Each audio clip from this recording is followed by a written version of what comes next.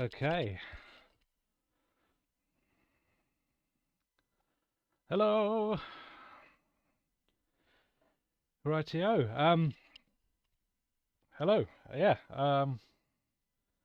Hello, Pocket Ellery. Thanks for joining. Right. Yeah.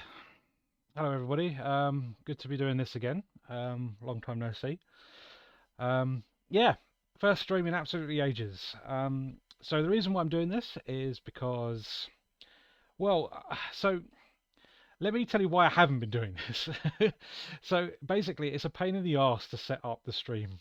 So previously I just didn't have enough USB ports to have everything plugged in so that I can switch between just my regular audio and streaming. Um, so it was always a case of like every time I wanted to stream, I have to pull the entire PC tower out, unplug certain things, plug new things in. Yeah, and it's just a bit of a pain. But my girlfriend very kindly got me a little USB hub, so I can now have more devices plugged in at once. And it means I can now just switch between, my regular PC audio using the speakers and stuff, and switching over to streaming. So it's a lot easier to do now. Also, um, yeah, the reason why I'm doing it tonight, just a midweek thing, is because I don't see my girlfriend a lot during the week. We basically catch up at the weekends normally. I'm working during the week. We don't live together. So I thought it'd be nice to just do a little midweek stream so that me and my girlfriend can hang out and chat and shoot the shit. Um, but obviously, why not just open that up to anybody who wants to watch? So yeah, I'm playing something chill, nice and easy, something that I relaxed to, quite a lot. Just because that's what I've always done with this channel. I like just, chilling and having something low effort so that I can chat with people in the chat and whatnot. So yeah, so that's what we're doing. Sonic Adventure. It is a comfort game for me. The Sketch Sector, hello, thanks for coming in. So yeah, we're playing Sonic Adventure DX Director's Cut for PC. This has been modded, so you can play it in HD widescreen, and also I've modded it so that you can use the Sonic Adventure character models and the Sonic Adventure textures, so it looks more like the original release instead of the DX Director's Cut release, which has new character models and darker textures, and everything looks very shiny. It's not my ideal preferred way to play this game. So this makes it a little bit more like the Dreamcast game, but obviously expands the resolution somewhat. So we're going to start a new game. I'm going to probably just skip cutscenes unless people desperately want to see them, and just play through and have a good time. So that's the plan. Also, if the audio is difficult to hear, if you can't hear me, or if the game's too loud, or if it's too quiet, just let me know. I can tweak it a little bit. Um, but yeah, we're going to get into this. So let's jump in. Let's jump in. But yeah, hope everybody's doing well. Hope everybody's keeping well. Hope everybody's having a nice evening. Right, so here we go. I play DX first. I have a soft spot for DC looks better. Again, it's a preference thing. I did play DX a lot when I finally got my copy on GameCube, and it's a decent enough way to play the game. It's just that with the modern PC equivalent, I can now modify it and make it how I prefer it, sort of thing. So yeah, there's nothing wrong with DX. And the console one in particular, you can unlock the Game Gear games, which is a really fun thing. And that's kind of that's not included as default on the PC version, but you can mod them back in. So I've got that going as well. Right, like I say, I'm going to kind of skip the cutscenes. I just want to get through it. I want to play as much of the game as possible. So yeah, we got the initial boss fight with Chaos. Nice and easy. Just got to hit him 3 times, I think. So yeah. Wow, good start. Yeah. So yeah, big comfort game for me this. I don't want to say it's a great game, but there's just something about it. Like it's very I don't know, it does a lot of things for me, I actually kind of prefer it to Sonic Adventure 2, um, which is definitely like a more robust game. It feels more solid. It feels like it isn't falling apart. But like I don't know what it is about this one. I just really prefer the action. I really prefer the the stages and the settings and things. It's a lot more colourful, a lot more carefree. Whereas Sonic Adventure 2 goes a little bit too far onto the modern Sonic thing, where it's like always a big apocalypse event-ending, world-ending event is happening, and there's a great big monster. Whereas this one feels a little bit more self-contained. So yeah, so had it on PC. Shout out to Sold Out. Ah, Sold Out releases, man. What a line! Like such a great way of getting like lots of really good classic PC games for like a budget price. Yeah, I still buy Sold Out stuff if I ever see it kicking around in charity shops and CEX and stuff. So yeah, Sonic Adventure then, like, the things I really like about it, for one, is the spin dash, which you can activate with a press of a button, like that.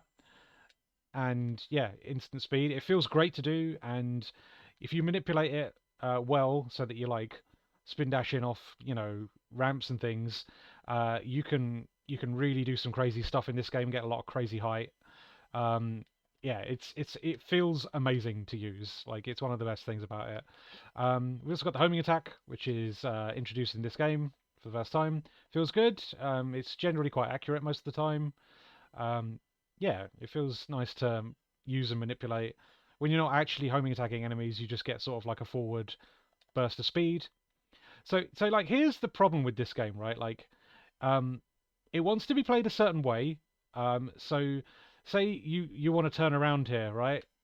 Um, yeah, the game kind of freaks out sometimes. It really wants to be like go down this path and only go down this path.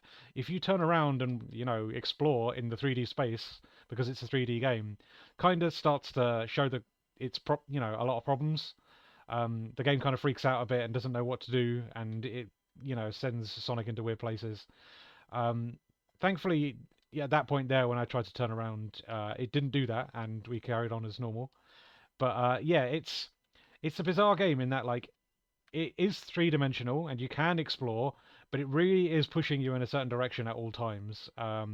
Which again is fine, but like I don't know, like part of part of playing platform games is having the fun of exploration, right? And that's the weakness I think in Sonic Adventure is it doesn't really let you explore. It really wants you to go this way. Like look at this. Like this is just a big corridor at the moment. Um, but yeah, like there are branching paths and other places to explore in this. Like I'm doing it a disservice by saying it's not a fully 3D game and it's always pushing you down a path.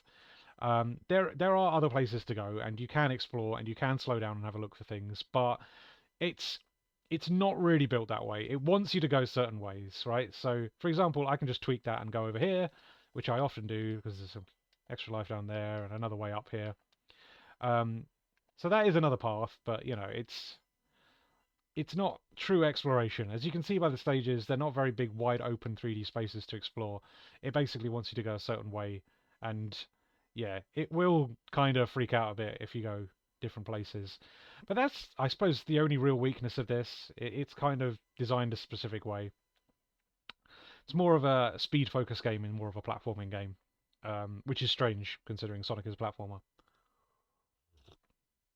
At the Heroes release too. I haven't played Heroes on PC. I've got to say, interesting that the mod replaces the item icons. Yeah, I'm not like the mod adds a load of stuff straight away. I think this is giving me HD icons and stuff so that they don't look all weird and upscaled. I've got some bits in here that I've had for ages that I just kind of forgot that are in there. So if you see other things that are tweaked, then yeah, it's most likely a mod. Right, now you can play with Tails. I cannot remember what we can do here. Do we have the... Don't think we have it yet, do we? No, okay. Right, so next stage is Windy Ruin, right? Yeah. Not Windy Ruin, Windy Valley. In we go. So yeah, but yeah, it's just a nice time. I love all this stuff. I love all the interstitial like stage stuff. This is where it feels like an actual 3D game where you actually get like a space to explore, and it's worth doing because there is like hidden emblems and stuff around here, which is really good fun. Um, oh, we got this little boss battle with Eggman first, haven't we? So yeah. The late great Dean Bristow. There he is. So yeah, let's mess him up.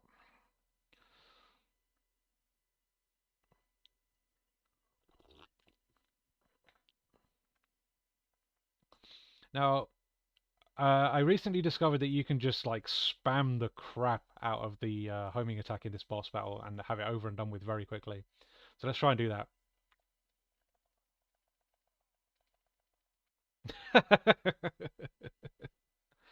Mold systems full power. There you go. Lovely stuff.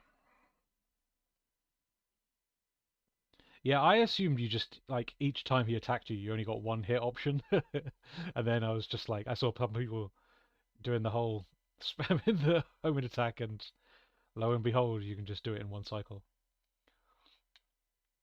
Speedrun strats from Sonic Yoda there. Right, let's go into Windy Valley, which I think is probably my favourite stage in the game. However, uh, as much as I say that, I do kind of prefer the beta stage that got restored in the older. What's it? Oh, hang on. Go away. How do we ban these people? Ceaseless, whatever. Da, da, da, da. Um, ban. Thank you. Right. Sorry about that, guys. I don't particularly want that to be happening whilst you're having a nice evening with me. So yeah. Right. So let's get away from that now. Go away. There we go. Right. Sorry. Apologies. Back to the game. Hey, Snezman's in the chat. My one custom emote. Go for it. Lovely stuff. But yeah, I don't know what it is about this stage. I love the set pieces in this. But like I say, the beta version of it, which you can restore with a mod, is a lot more like a 3D platformer stage. There's more to it. There's more exploration to be done. It feels like it's a wider space to explore. Whereas again, this stage kind of feels like it's pushing you in one direction down a bit of a corridor. Right, here we go, into the tornado, which contains a tiny level of its own. So, um, another reason why this game is very nostalgic for me is it's one of my first Dreamcast games. Um, I got my Dreamcast quite late. I got it in 2003.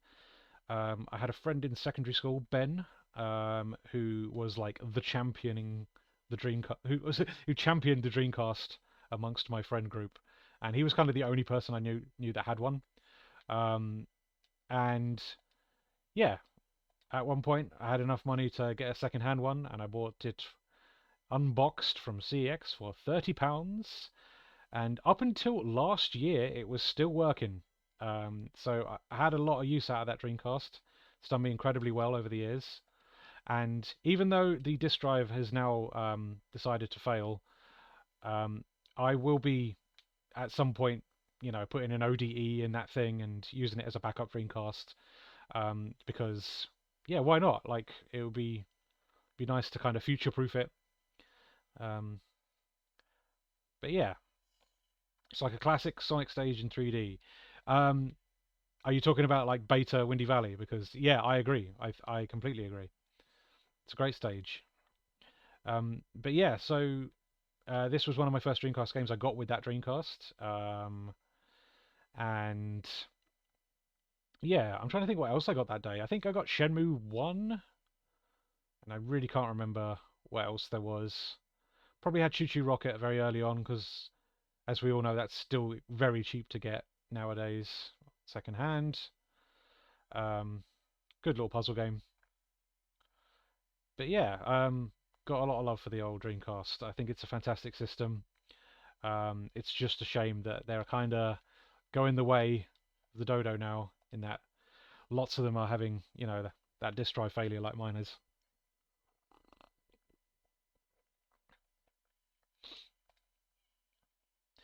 Not bad.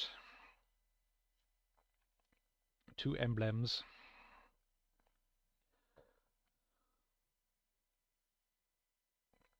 Right, let's go and see Tikal. There you are. I will. At least Dreamcast emulations come leaps and bounds. Yeah, absolutely agreed. I use Redream when I'm capturing videos for the channel now, and it's great. Most stuff works in it pretty much no problems whatsoever. Minor glitches maybe, but like most of the time it's pretty playable. So I have an alternative, at least. Which I've been doing the same with my Saturn actually. My Saturn's disk drive died a lot longer before my Dreamcast did. But thankfully, Saturn emulation is now at a very, very good level. I use SSF, which is a very good emulator. Sewer level. If you don't watch Civi 11 on YouTube, then just been run over by a taxi. Then yeah, you'll know that sewer levels are a recurring gag in his videos. Right, let's go and get us our first power up. We can light speed dash now.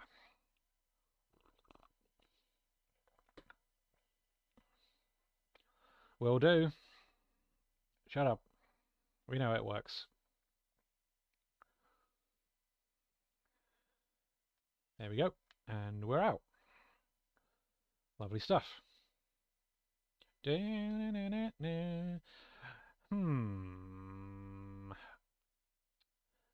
We could get the Chow Egg, but I'm not going to do much Chow Garden stuff, so we'll just carry on for now.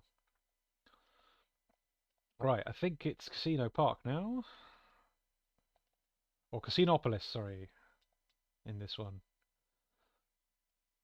We can go through this way, can't we? Yep.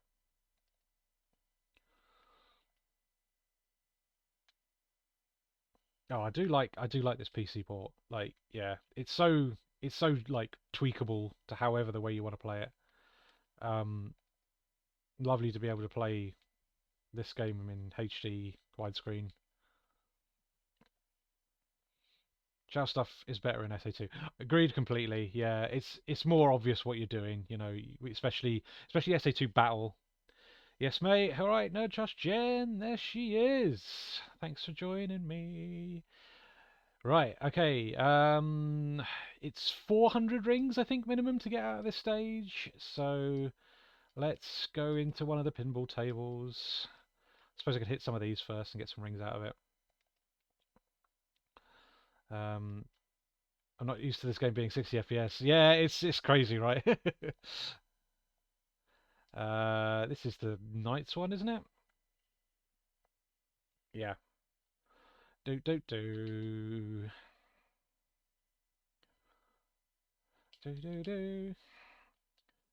I generally try not to play these very long. I normally just gutter all the balls and get into the underground sewery bit, which is a really quick way of getting a load of rings. Because no offense to the pinfall physics in this game, but they ain't great. um, and yeah, it's just a slower way of getting rings. Best table, a lot of love for the Knights table. I'm indifferent to the Knights table. My main issue with it is when you go into the back section where it's all like Spring Valley themed, and you have to come back to the front. You have that really long like cutscene of Sonic flying through the Spring Valley, and it's really dull. Yeah, that's the one downside, unfortunately, to this table. I mean, it's fan service out the wazoo, and it's lovely to see, Knight's love. It's one of those franchises that was very much like I'd like to think. Oh God, I've activated it again. A passion project for Takashi Izuka. Probably wasn't on the right system to be successful, but then not a lot of Saturn games were, right?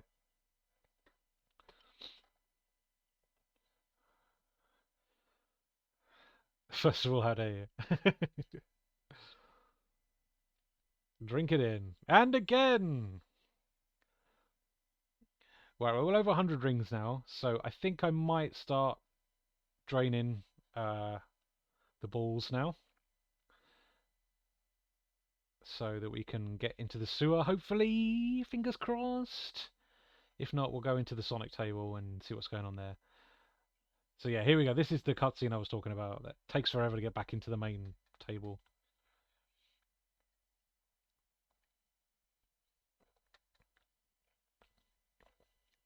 Had some really nice shares today on the older on the stream. Like my mate Gav shared it, and Dreamcast Junkyards shared it. Very kind of them. I think you can't enter the sewer with 100 rings. Okay, fair enough. I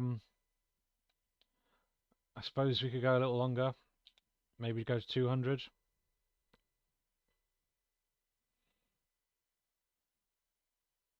Actually, come on. We'll come out of this table and we'll have a look at the Sonic one while we're here, sort of thing. If it doesn't take us to the sewer. I can never quite remember what the stipulation is to get into the sewer. Yeah, we didn't enter. Okay, that's fair. But let's have a look at the Sonic table for a bit while we're in here. Might as well. Uh, card slot. That's the one. You need 99 rings or less. Oh, okay. So I'm actually making this harder for myself. Interesting. I didn't realize that. This table, I've never, ever, ever been able to figure out um, the pipes bit when you go up the pipe at the back. It turns into like a side-scrolly platformer for a moment, and it feels like you should be able to like, make Sonic move along the platforms. Um, but it never quite works for me. I'm not entirely sure what the setup is there. Maybe there's instructions for that in the manual somewhere that I've never really bothered to read.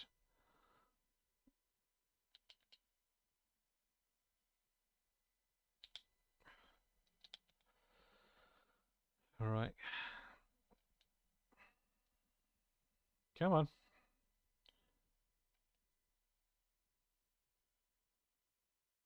God, it's so slow.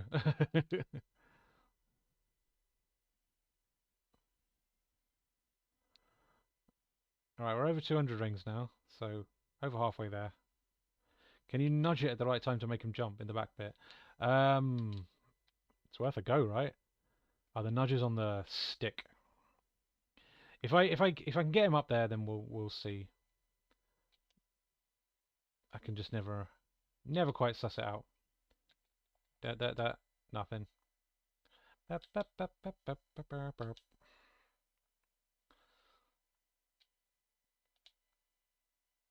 But yeah, hope you're doing all right, Jen. Hope the journey back wasn't too bad. Go up. What are you doing? Bloody useless physics. Right, I'm coming out here. Okay, right. It looks like we need to offload what we've got, and then we'll go straight in and see if we can get into the sewer now. Good tips. Thank you very much, Pocket Ellery.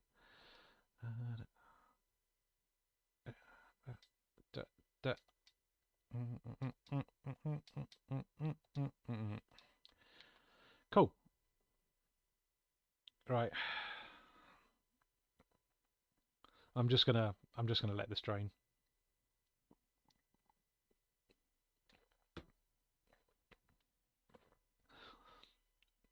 You have my full permission to order in, Jen. I also ordered in tonight, so I know that feeling. Was not in the mood to hit the shops after work tonight.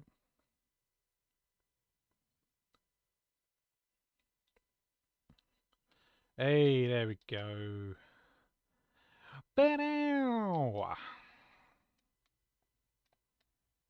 How dare you?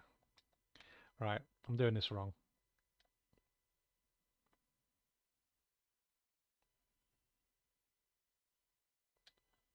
There we go. That's more like it.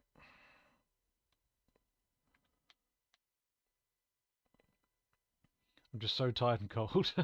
Understandable though. What did I order in? Oh, a big pizza, mate.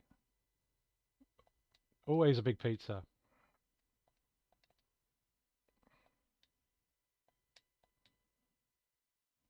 The only person excited for a cereal. Ah! That was a bad... That was bad. Don't know what happened there. Normally fall down to the bottom. Alright, let's get more rings because I would like to have left here with 200, but that doesn't seem to be happening. Did you not get the quick light speed charge? Not yet. We'll do that in a mo. Shake off that water and we'll get the hell out of here. Oh, let's have a shower. Oh, yeah.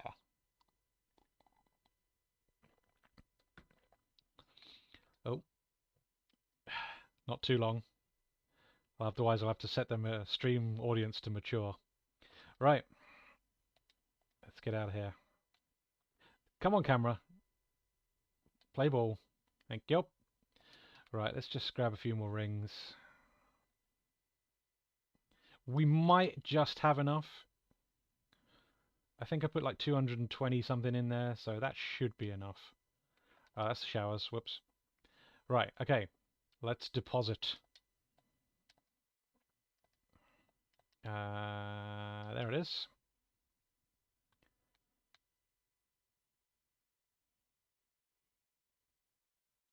Ah! Why are the rings now coins? There we go, we're out. Get shook, idiot.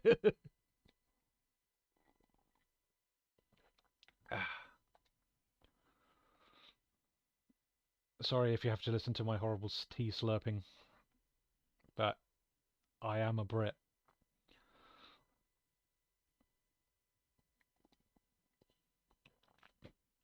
Yeah. Whatever. Go on, let's continue. Get to do Ice Cap now. Which is also a stage full of absolute bangers when it comes to tunes. The Ice Stone. It looks like a key. It kind of doesn't, Sonic. Looks like a bloody stone. Don't know what keys you're using. Let's look in the train. Ah! I have warped out of the train. Convenient explosion of mountainside. Right. It looks like something else to a brave soul. He also just happens to know what the Ice Stone is. I mean, yeah, I suppose he wouldn't have been able to get in here before, right? The key is floating. And it's in. Right, before we go in here, let's go and get the upgrade for the old Lightspeed Dash quickly. Should have done that first.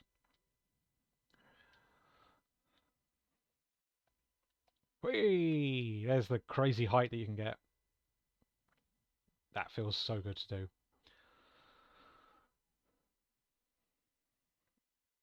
Right, okay, over in the lobby to the hotel. Over here. Took me a foretold to realise this upper part of Mystic Roads is part of Angel Island and not just the bit with the Emerald Shrine. Yeah, I get you. I get you. I was trying to envision it in my mind. Wait, go. There we go. You're wearing a very low poly wristband. Cool. Right, there we go. Now it will take this long to charge up the Lightspeed Dash. Did you know that if you charge a spin dash by the door here, the light orbs will press the button you use to the exit? Yes, I do. Yes, I do. Yeah, you're very useful. There's a few switches where that becomes very helpful.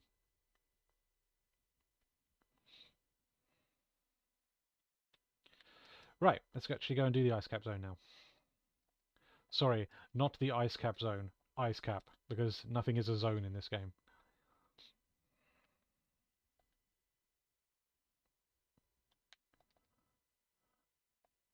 Way up. And up we go. Ice cap, one word.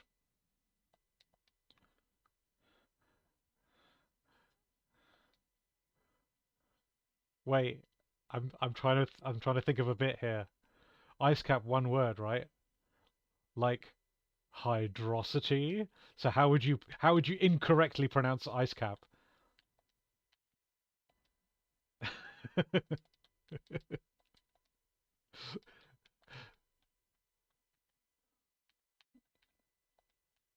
Oh, Sonic!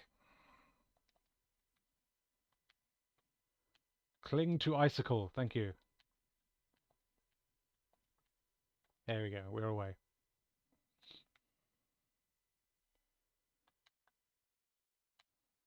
Isikop.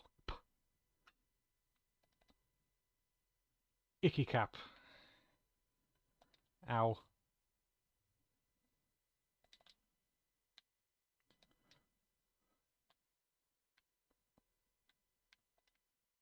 It's ice copperty, like velocity. Right. It's pronounced Isekap. Ah, thank you for indulging my stupidity. Right, there we go. Isekai. uh,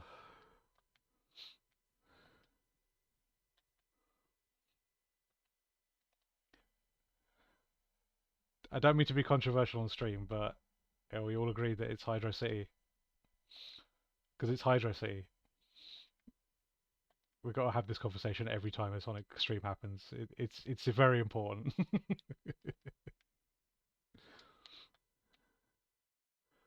Oh dear. But yeah, I hope everybody's having a nice evening. Thank you very much for joining me, chilling out, playing rubbish, and chatting rubbish. It's nice, it's chill. I need this sometimes. Is this how your mind works when making those cold opens? Yeah, pretty much. Oh, been really enjoying um, doing the cold opens. It felt like the final piece of the puzzle when making videos on YouTube. I much prefer a cold open to having a really long, boring intro video like a lot of retro gaming YouTube channels. It's just like, come on, get on with it. Um, but I did the little intro just because I felt like the channel needed, strong branding. But I wanted it to be as short as possible so it wasn't intruding on the video. But then just having it be the intro first and not the cold open, I was a little bit worried that people that were new to the channel weren't expecting my commentary to start, sort of thing. So I thought, like, oh, it'll be good at least to have a little bit of a cold open because then it's like, okay, there's going to be commentary in this video, like from the get-go, you know that because there's a guy talking. So yeah, it just made sense to do it that way. And now I feel really comfortable with the presentation on the YouTube videos. Um, and yeah, I feel like I've not like got a massive audience or anything, but I feel like I've cultivated this nice little audience that people will just happily watch whatever I put out because like they're just happy to watch me, rave about something I like. Um, or dislike, but I generally try and promote stuff I like over just trashing games. It's not my forte. I much prefer here's this thing that I enjoy, and here I'm going to talk like enthusiastically about it for a little bit. I like the new cold opens. Hey, Animated F, thanks for coming in, buddy. Good to see you. It was called Hydra City in the Generations music player. Good, good. Always good to start on a dad joke. Oh, absolutely. Yeah, no, it's just one of those things. Like it just having fun with it. I realised that I've kind of ripped off Jeremy Parish. I didn't realise I was doing it at first, and then I was watching Jeremy Parish videos, and I was like, oh yeah, I've kind of just absorbed that as like a thing, right? Can we get into this area yet? No, we cannot. Great to see Master System coverage in particular. Thank you, thank you. I'm going to continue doing that for a moment because, like, I don't know, that really helped get me back into the swing of doing videos this year. I had a bit of a like block at one point, like mentally, I just couldn't quite like get the inspiration to do something. And then I started doing Master System stuff because I was just like, well, these are short little games, like they're nice and easy to capture and cover. Um, so yeah, I'm probably going to do Sonic Chaos for the next video. Someone mentioned it in the comments, and I was just like, oh, that would be fun to do. Like, that's a big fave of mine as well. Oh no, one of the world's hardest bosses.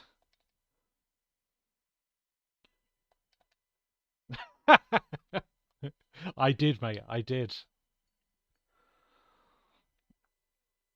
Oh, you really only just recently bought Streets of Rage on Master System? Wow, awesome. Yeah, I really like that port. It's just hitting above its like average so much. Like it's such a cool little thing. The fact that like every stage is represented, plus it's got like new tunes and like you say that additional boss that's exclusive to it. It's just really cool. It's a bit of a shame it's not two player, but I mean something had to give, and I guess multiplayer makes sense. The Master System already has a hard time displaying a lot of sprites on screen, so I can't imagine how bad the flicker would be in multiplayer. So it makes sense. Yeah, it's totally different to the Game Gear one. For some reason, I thought the Game Gear one came after, but it actually released the year prior to the Master System version, which makes sense that that's why that one's a little bit more cut down because it was the first attempt at an 8-bit port of it. Gameplay audio very quiet. Okay, we'll give that a tweak. We'll give that a tweak. Don't know why the yellow box is over there at the moment. Right. I'll just go 4E, I guess.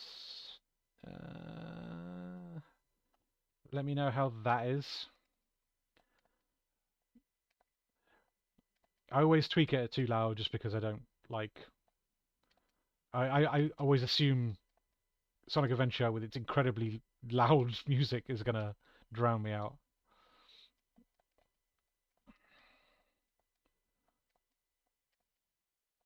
If you want me to go a little higher, just let me know. But yeah, at some point I'll probably need to invest in a new headset at some point as well. I appreciate this is pretty low quality for a microphone, but I do everything as budget as possible, whether it's my YouTube channel, the website, whatever. I don't invest an awful lot in my hobbies, unfortunately. I just try and make it as good as possible with what I've got access to. I still can't hear it at all, weirdly. Interesting. Game audio just not there. Okay. Why is that not happening? Yeah, I can see that. Um, right, I'm gonna try something quickly.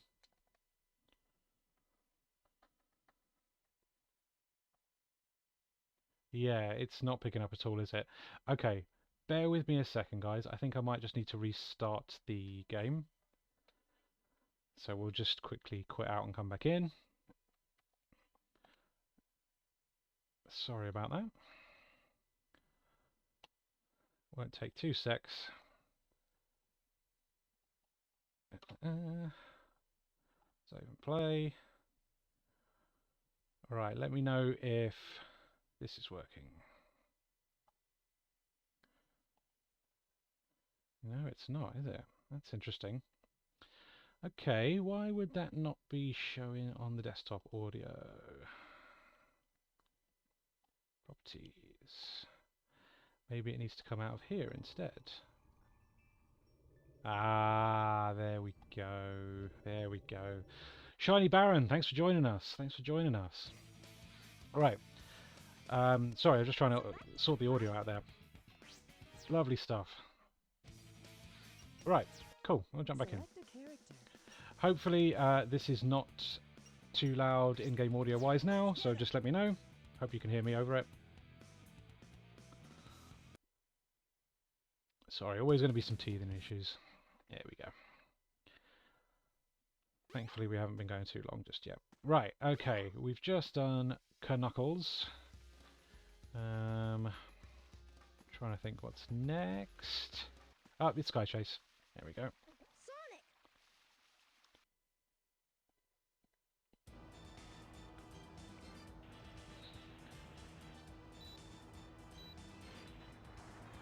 Fun fact, I didn't realise you could do the lock-on for years and years and years and years. I just used to use the Vulcan cannon on everything. I didn't realise it had the Panzer Dragoon or Res style lock-on at all until a friend mentioned it.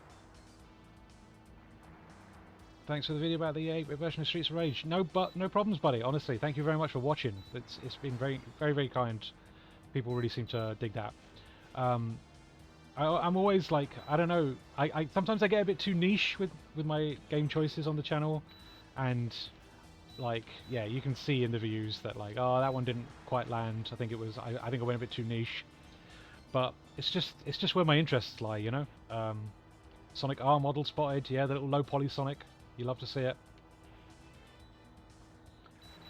It is a shame we never got a full 3D Sonic platformer with the Saturn style character models.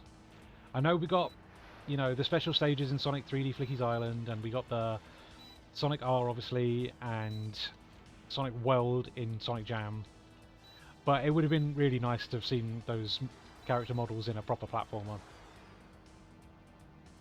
Put this next to Panzer Dragoon and then say, I like this one, and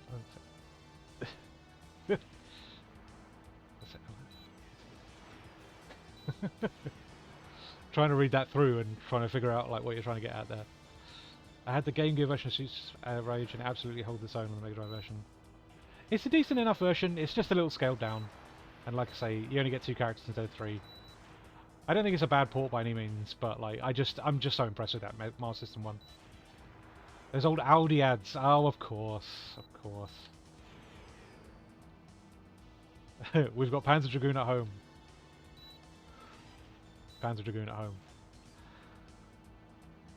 Sega was so good at giving the kids stuck with the 8-bit system's quality D-Max for the big games. Totally.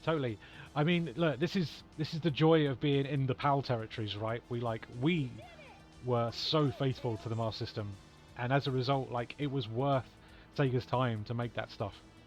There's so many cool late era Master System games that I'd love to cover, because yeah, North America didn't get to experience it, and I do feel like North America on YouTube in particular kind of determines like the history of games a little bit too much.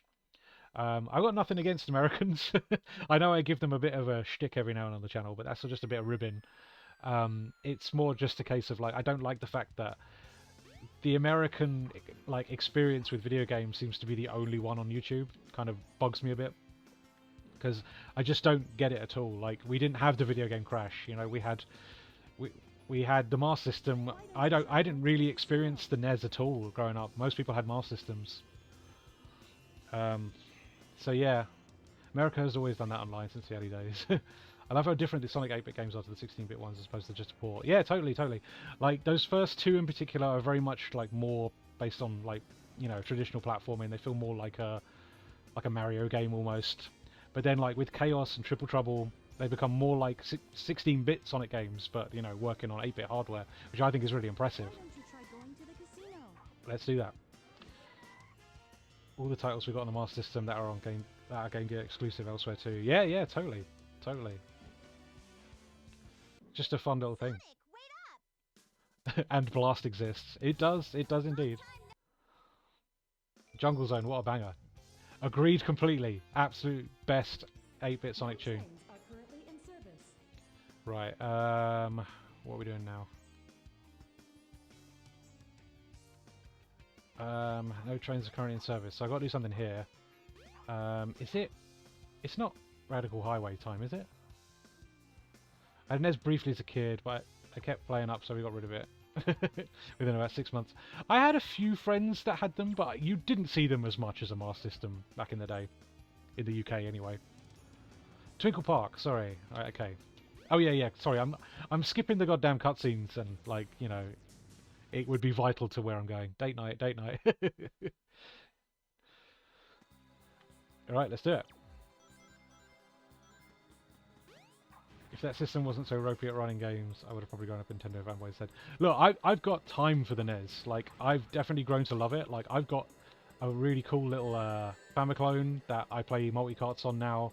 And, like, yeah, it's a really nice way to play games and experience more of that library because, like I say, I didn't have one, so I feel like there's a whole era of games there that I missed. And there's some excellent stuff on the NES, don't get me wrong. Really, really cool games on it. But I just didn't experience it, you know, like that's just not my earliest formative experiences with video games. My earliest stuff is, you know, Master System and Mega Drive. My first console was a Mega Drive. My cousin had a Master System, so played his a lot. And I had friends with Master Systems. But yeah, the NES library is great, for sure. Like, definitely. Why did this driving bit go so hard? I do love the woohoos off the jumps. Felix the Cat on NES. What a game. What a game. I'm a big fan of Panic Restaurant as well, another really good platformer.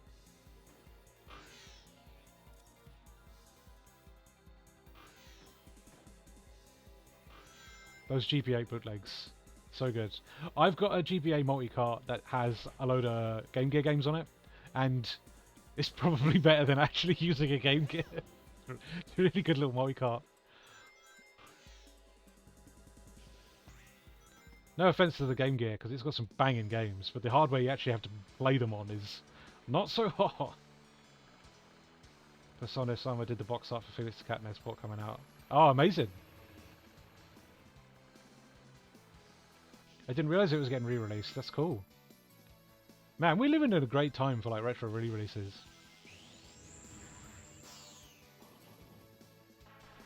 I need to remind myself to get the Rocket Knight collection on payday this week. Next week, sorry. Before I miss my opportunity, because I want that goddamn comic reprint. Not that I don't already have the originals, but, you know. I need people to know that we want reprints of Sonic the Comic.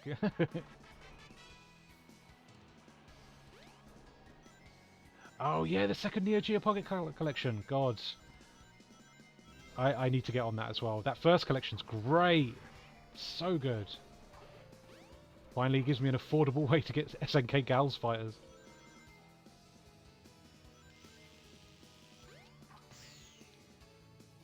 I want it just for the comic as well. Yeah, completely, man.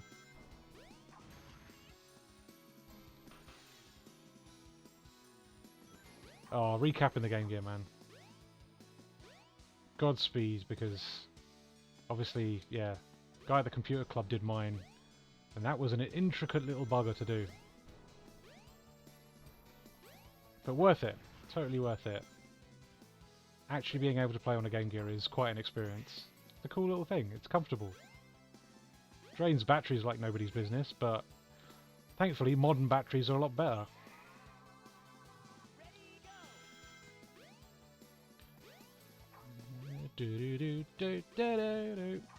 Get up there.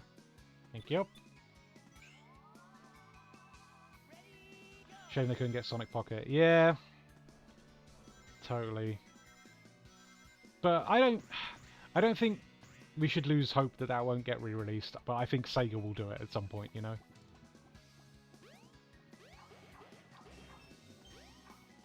There's definitely potential for another Sonic collection. Do it like Gems or something, get some more weird stuff out on modern consoles. Yeah, rechargeable AA's for sure. We got these really good ones from IKEA, me and Jen. They're proper chunky sons of bitches, like, God. They really like take, you know, a lot of charge and hold on to it. I traded in 5 broken Game Gears to receive 1 recapped one and a new screen and fix for my Nomad. Oh, you got a Nomad. Amazing. Did you walk around the whole city? Must I? Oh, this has got to be Speed Highway now, right? Hang on. Key card is over here. There it is. And we're in.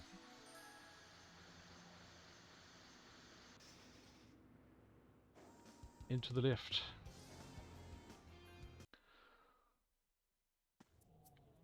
Yeah, I'm excited for a potential new portable Mega Drive. I saw some stuff about. I'm trying to remember who's doing it. There's definitely someone doing one. EverDrive works on the Nomad too. Yes, you love to see it. Because I'd love to be able to just, you know, play actual Mega Drive games on the go, have a little bag of carts with me, and yeah, it'd be nice. I've been tempted to get one of those portable Famiclones that take, you know, proper Famicom cartridges as well, just as something to muck around with. Love a handheld, man. Love it, absolutely, just so much.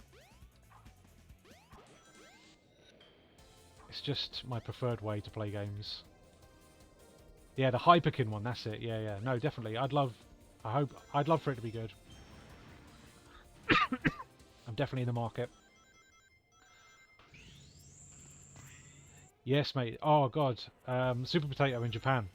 Incredible place. When I first went there, they were selling Famiclones, like, by the dozen. Lots of those, like, duo systems as well, like it does NES and SNES. And they definitely were selling, like, the portable Famiclones as well. When I first went. You can't play Forgotten Worlds. Instantly game overs in the opening cutscene. How strange. Must be like a hardware thing. Like, causing a glitch. Very strange. Oh, missed it.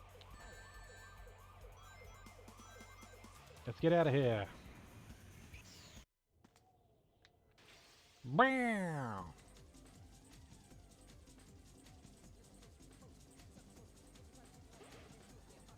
Ah.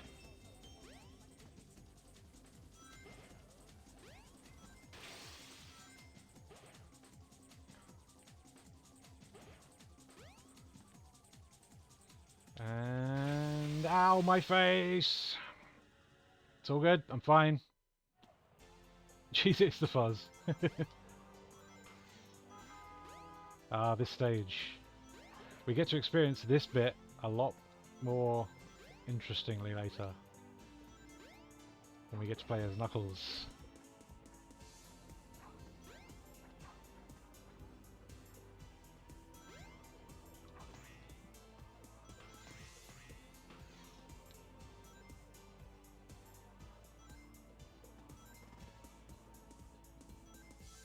Sorry, I'm not ignoring you all. I appreciate the comments a lot. I wanna chat more, definitely. Let's just get this stage completed.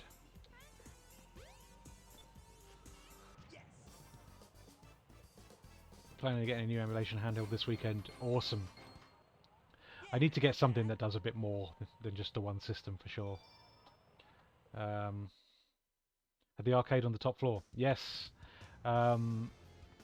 What's it? When I first went, there was a big throne made out of like Famicom cartridges. Which is a good laugh. Love this one as Knuckles. I will fight you. The Knuckles stuff is great in this. Like, better than it is in SA2. I will die on that hill. Because you can collect the emeralds in any order you want. And you can mod SA2 now to at least allow you to do that, but yeah, it should be like that as standard. She should still be in this city. I think she's in the casino bit. Apparently it's 6-button controller and compatibility. Interesting. Does the Nomad have a mode button then? Because if you hold the mode button on boot, it might solve it.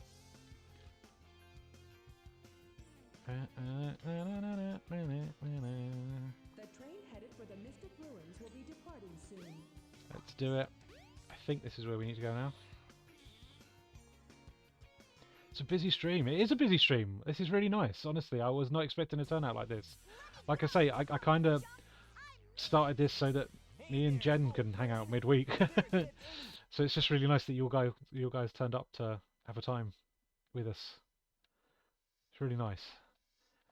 Right, okay. Where am I going? To Cal! Hurry, Sonic, get to the Oh yeah, mountaintop. Red Mountain. You still have time. It does have a mode button. I would recommend, yeah, holding the mode button, turning the console on. That's how you boot it into 3-button mode essentially on a standard 6-button controller.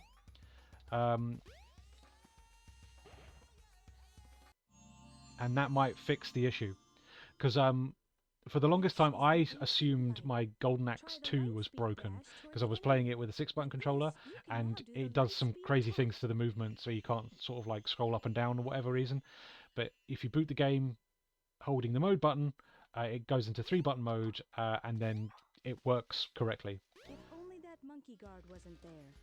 Let's get him dealt with. Bosh. And we're away.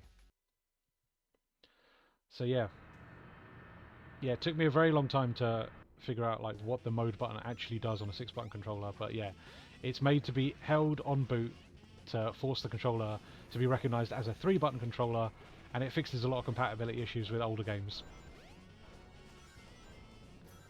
Master System games can go crazy with a 6-button controller. Yeah, for sure. Some games outright just don't work with a 3-button controller. I know that Wonder Boy in Monsterland, I had to get a proper 2-button Master System pad to be even able to play that on my Mega Drive with the power base. Push a switch. The monkey is the key to open the gate. Yes, he is.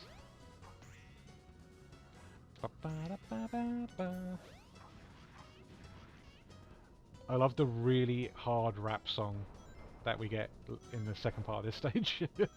It's so at odds with the first bit.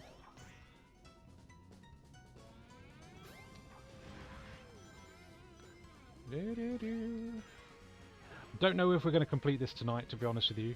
We'll get through Sonic's story for sure, and we'll try some of the extra characters.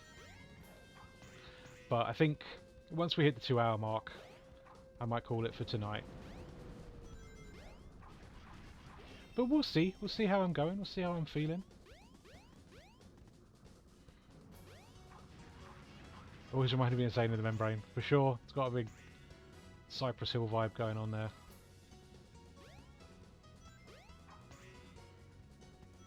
Oh yeah, the new Sega stuff. Yeah, sure. I'm super excited. Like, I don't know if everything looks like it's my bag, but I'm just super excited that Sega are finally recognizing that they're sitting on an absolute crap ton of really good IP that they're just not utilizing whatsoever. Like, that's the death knell for a lot of these franchises, right? If you're just not doing anything with them. So the fact that it's like, okay, yeah, let's try it. You know, this is our legacy. This is our history. We should definitely like use that more. Keep ourselves feeling like Sega and not just some weird modern company that does other stuff that isn't really... It's the song! God, it's so bass boosted.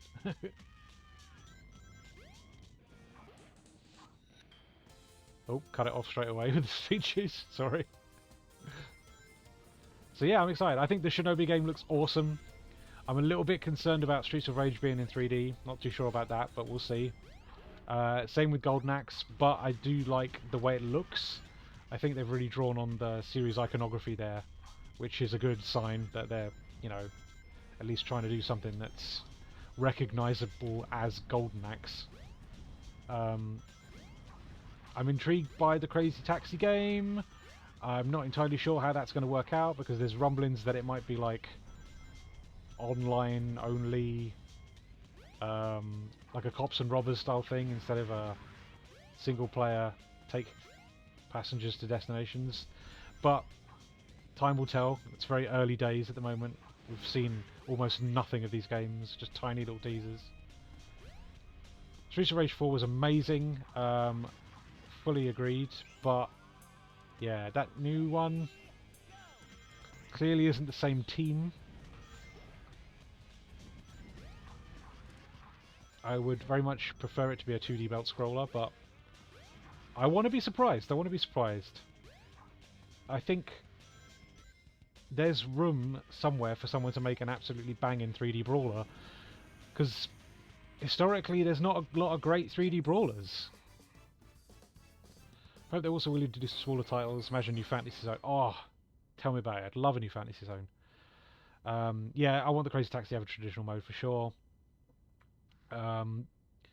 What else was announced? The new Jet Set Radio looks good. I think that it looks like they're trying to add more traversal options. I saw him sort of like running up walls. So yeah, that'd be interesting. I'm excited for that one too, for sure. I feel like I'm missing one, but yeah, no, I'm super excited for the new Sega stuff. It's just so nice to see them finally utilising their franchises, their stuff, the exclusive Sega stuff. They should totally do more with it. Just because you made some half-assed rushed games during the mid-2000s that didn't sell well, doesn't mean you should like doom these franchises to like purgatory. It's the issue there was that you made some naff games using the licenses, not that the licenses didn't sell the games. Like, you know, the rubbish PS2 Altered Beast, Golden Axe Beast Rider. You know, these are naff games. You didn't give them the time and effort that they deserved. And I think Sega realised that now. They spend a lot more time developing Sonic games, at least. It's like it's ready when it's ready, which is always how it should be with a creative, you know, industry like game development. So far, so good. Hope you know what I said Shinobi. Shinobi's the one I'm most excited for sure. Maybe I did tell him more. I can't remember. I don't think they're doing Altered Beast. At least they haven't announced one for sure, like Animated AF says. Yeah. Did you see the character models suddenly get high res in that little cutscene? But yeah, exciting time to be a Sega fan for sure. There's a lot of cool stuff in the works. I really want to see that new Madu Monogatari game that they announced as well. Like, at the moment they've just like Compile Heart have said they're working on it, but there's been no like trailers or footage or anything yet. So be excited to see what happens with that. I don't know. That probably won't get a Western release, but at least you know it's more legacy stuff that's getting done. Oh, if they partnered with Blaze and did Evercade cartridges, that's the dream. That's the dream. But I'm just a little bit worried that it's going to be the same Mega Drive games that have been re-released time and time again. You know, like on Mega Drive Classics and the Mega Drive Mini and the Switch, like Virtual Console stuff. You know, I kind of want to see some more unique stuff, which is why the Evercade's so great for that. You know, like that Renovation cartridge in particular is all Mega Drive games, if I remember correctly, and they've never been re-released before. You know, so like, well worth owning. A real banger of a cart, that one. Have we done it? We've done it.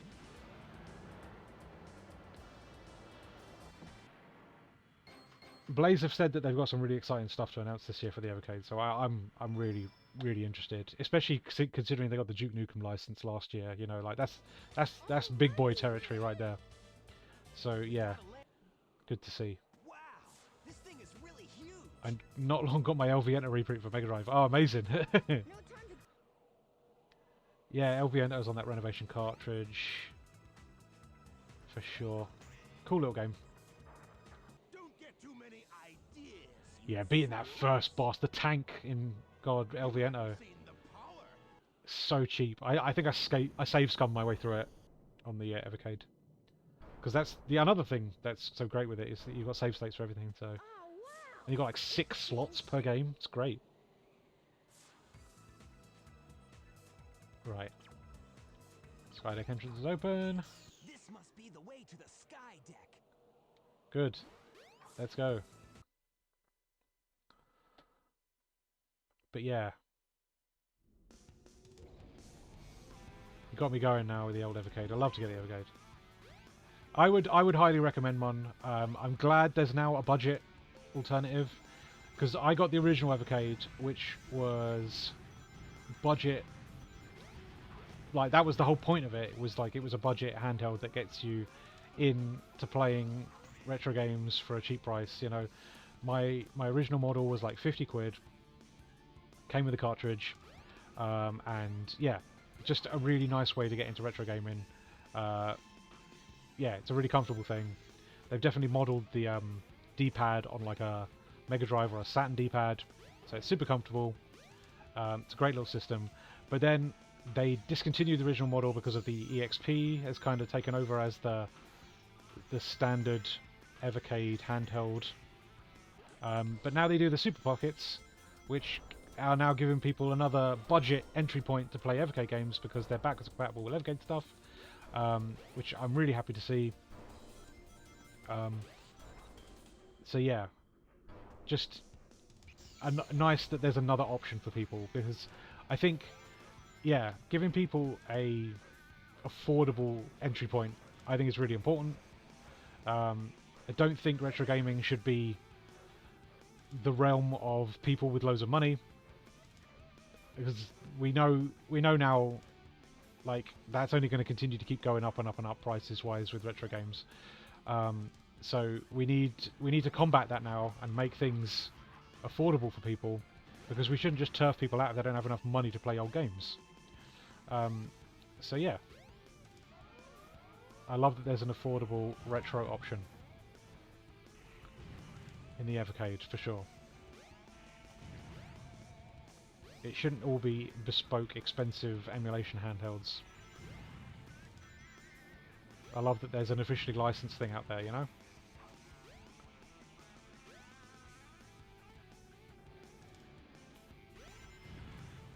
Everywhere's bad for it, to be honest with you, overpriced in retro. It's not just CEX.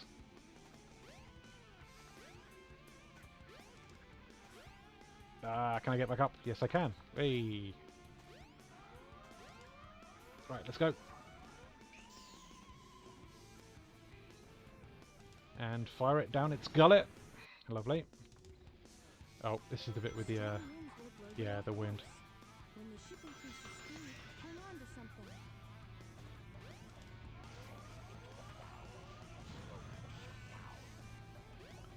something. Which way are we going? This doesn't feel right.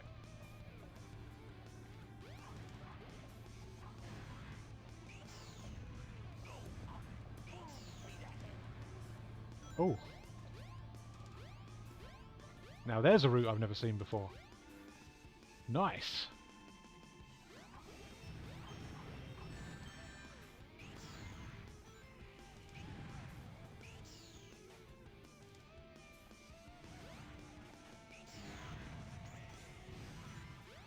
Lovely stuff. Right, let's belt it. Yeah. No, no!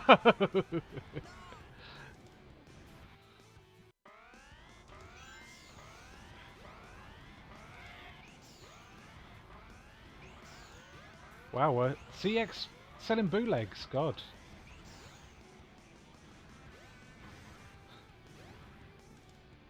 I can see how, you know, that would have been an issue. There's a lot of repros out there. And no offense to CX staff, but I can't imagine they're all well versed in what the real deal is supposed to look like when it comes to retro. CX is, after all, you know, retail work, and the people that generally work in retail are young. so they can't all know what it's supposed to look like.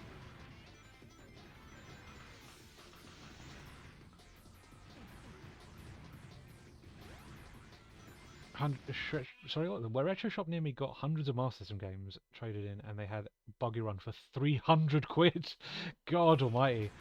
Yeah, I mean, like, they're looking at eBay and seeing, you know, we got to compete with that, right? Yeah, Buggy Run's ridiculously expensive. Like, it's a decent enough game, but it's not worth 300 quid. It's a bloody top-down racing game. Like, 300 quid's worth of game. I want that game to last, like, so many hours. That needs to be, like, RPG length. You need to be playing, like, it needs to be doing all the things for an inordinate amount of time to be engaging and worth your time. But Buggy Run ain't doing that.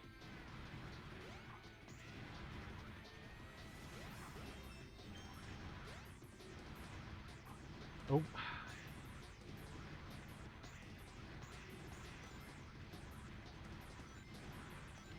Yeah, someone may be selling it for a high price, but is anybody buying it?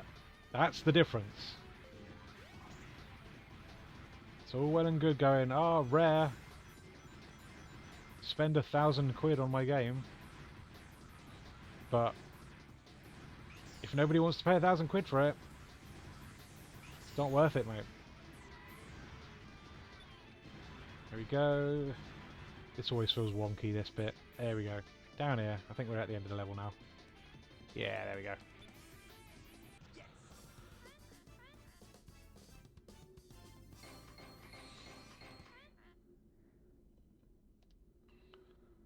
Someone who works in a retro game shop. Jesus, Mary and Joseph and the whole band.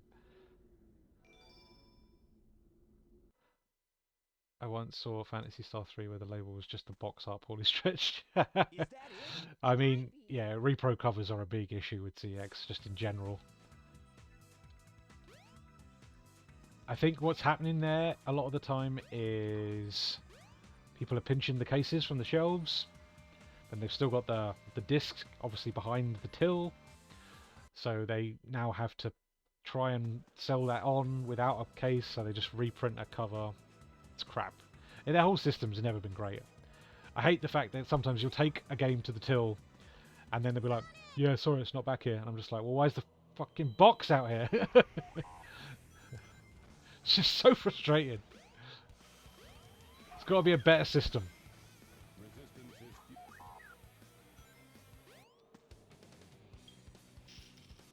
Oh, I mean, the cart label stretch box art. Oh, yeah, I get you. I've seen repros like that for sure. Go to the captain's room. Let's go to the little captain's room. Here we go.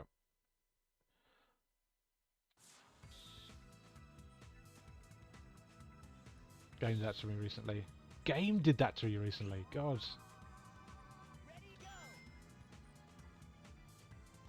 That's so annoying. I love this weird little train chair. It's so cute. There we go. Transform!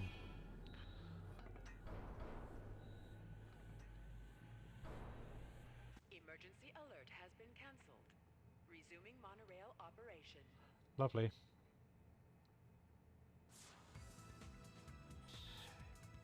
Yeah, the whole retrograding thing. It's all a big scam, isn't it? Oh, you wanted to get Atari 50. God. I hope you get around to getting that at some point if you haven't already, buddy, because that is a collection and a half. And they patched it over Christmas as well with even more stuff. God. More layers should have choo-choo chairs. Agreed. I haven't yet played Making a Karateka. I'm kind of waiting for it to go on sale. No. Because I'm a cheapskate.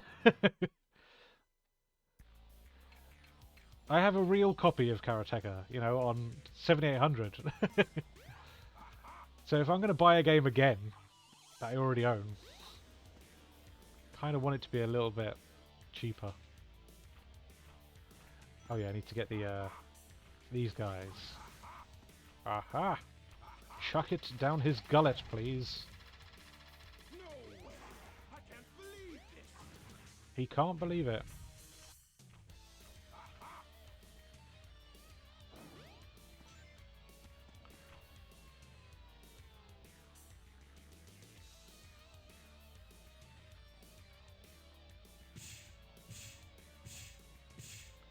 Yeah, Atari 50 is such, like, here is the gold standard for retro compilations. I don't think a lot of things are going to be able to live up to it unless they're going to be made by Digital Eclipse. But, yeah. I'm so glad it exists. It's probably my favourite, retro compilation since, like, the original Namco Museums on PS1. Which for the longest time for me were like the gold standard. Just because of like, I love it when a retro compilation goes that extra mile, and it's like, okay, so here's an actual virtual museum that you can explore with loads of like, you know, concept art and scans of the actual arcade board and flyers. You can even look at all the like sprites and listen to the music and stuff. And there's these lovely little virtual rooms that are based on the games themselves. It's so good. It's so good. Any retro compilation that goes that hard is just like, yeah. Thoughts on Atari pivoting to being a retro company? Well, I mean, I'm down. There is literally an Atari 2600 Plus right next to me at this moment. The recent patches to it as well that you can get off the Atari Age forums have made it even better.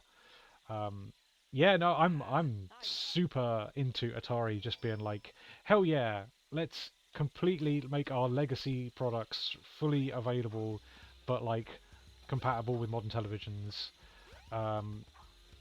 Like that feels like what a video game publisher should be doing. Like all of them should be doing that. I know they do some weird stuff, like I'm still not a fan of the fact that they sell NFTs, but that is an industry that is very quickly dying. But yeah, like, they're doing a lot of good things outside of that, that I'd like to see other companies do as well. Why is there no, you know, like, alright, we've done the Mega Drive Mini now, and the Mini 2, clearly a success. They're all sold out. Let's go one step further. Let's re-release a fucking Mega Drive that, you know, is HD compatible. Like, yeah, build a load of games into it, but give it a cartridge port so you can play the real deal. Like, and here's another thing you could do: price it better than a Mega SG. Like, undercut the Mega SG. It would sell like hotcakes.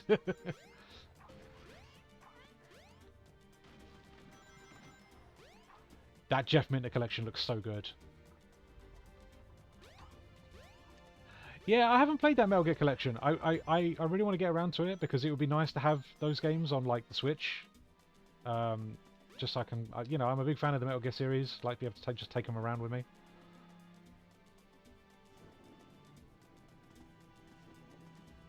Yeah, no, for sure. But yeah, Sega should be doing that 100%. You know, Mega Drive Plus, Master System Plus. Do it. Keep that stuff alive. Take a piece of the pie. You know, like we can all see how big the retro market is at the moment. People want ways to play these things. So why not the actual publisher themselves getting on that? If you make an affordable HD Master System, Mega Drive, whatever, like, it's money on the table as far as I'm concerned. You could re-release Mega Drive games officially. Again, undercut the market. Give people a reason not to spend hundreds of quid on single games, you know?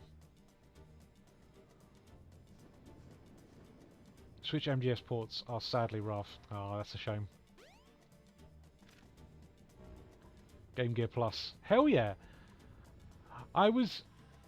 this is the big disappointment with that Game Gear Micro, is that that's such a good idea. Maybe not in that size, maybe a little bit bigger. But, yeah, a little, like, modern Game Gear that's not like a huge brick with a lithium battery in it, with like, I don't know, 40 games built into it. That's a winner. Yeah, Tectoy have it down. They understand. That's how Master Systems continue to be sold to this day. They understand the market. This is legacy stuff. People have a lot of nostalgia for it. Make it available. And people will buy it.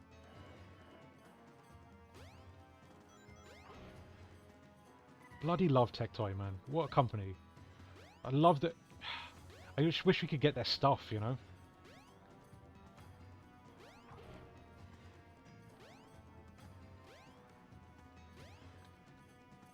That first Master System Evolution, the black one with the Sonic on the top. Such a cool looking console, man. Love to own one of those.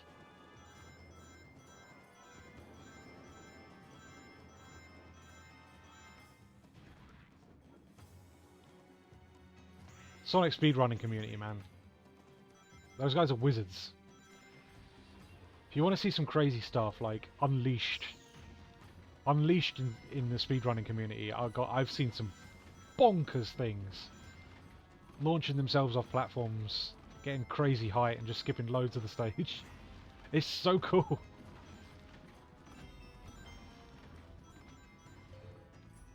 Tectoy firmware is the basis of the custom firmware that makes that games portable useful. Ah.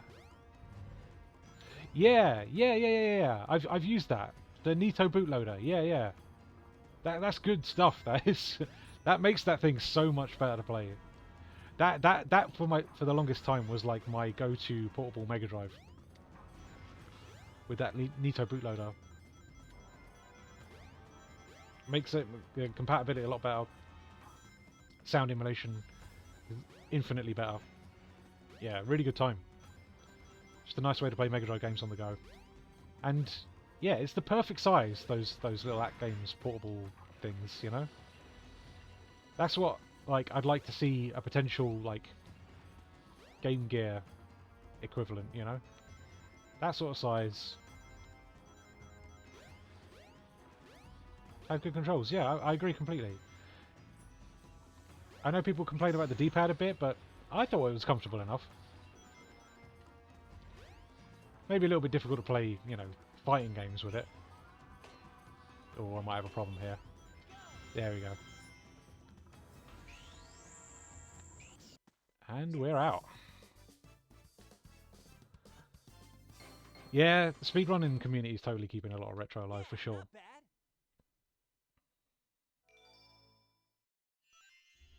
Not as cool as a Model 1 Master System though, for sure. I'd love an original Master System. I've only ever played Master System games via my Power Base converter on the Mega Drive. I'd love to own a proper Master System, but I don't want a Master System 2. I'm not a fan of the way it looks at all. I like the original model with the built-in snail maze. Yeah, that's what I'm about. It's a lovely looking console.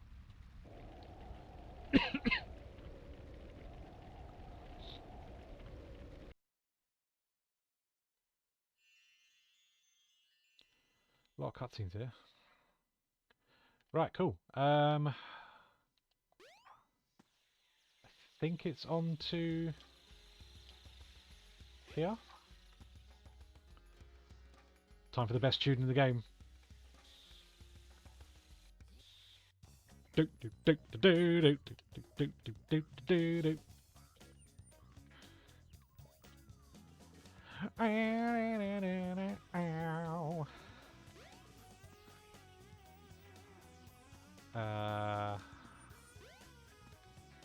That one. Oh no, that was it. There we go. Final egg. Here we go. Do, do, do.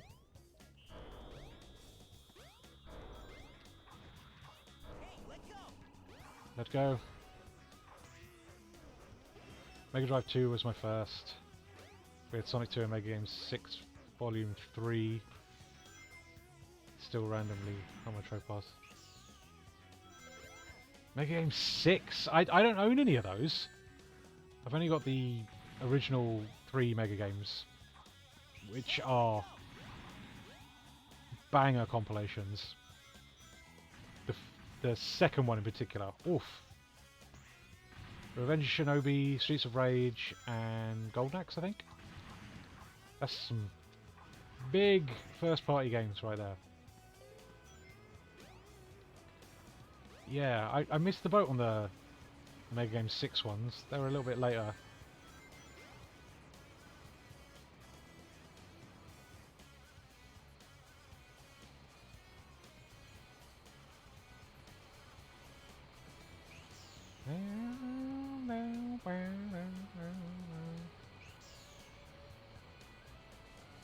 I'm just vibing.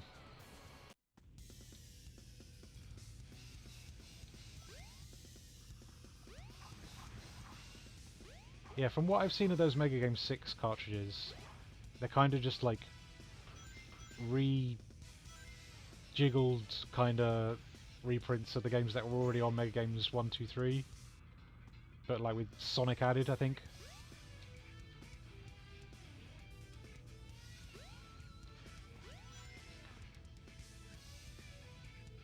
Get a load of this, Sonic. Feel my funky rhythm. He Sonic with laser, and then he'll be dead, and then do some funky stuff.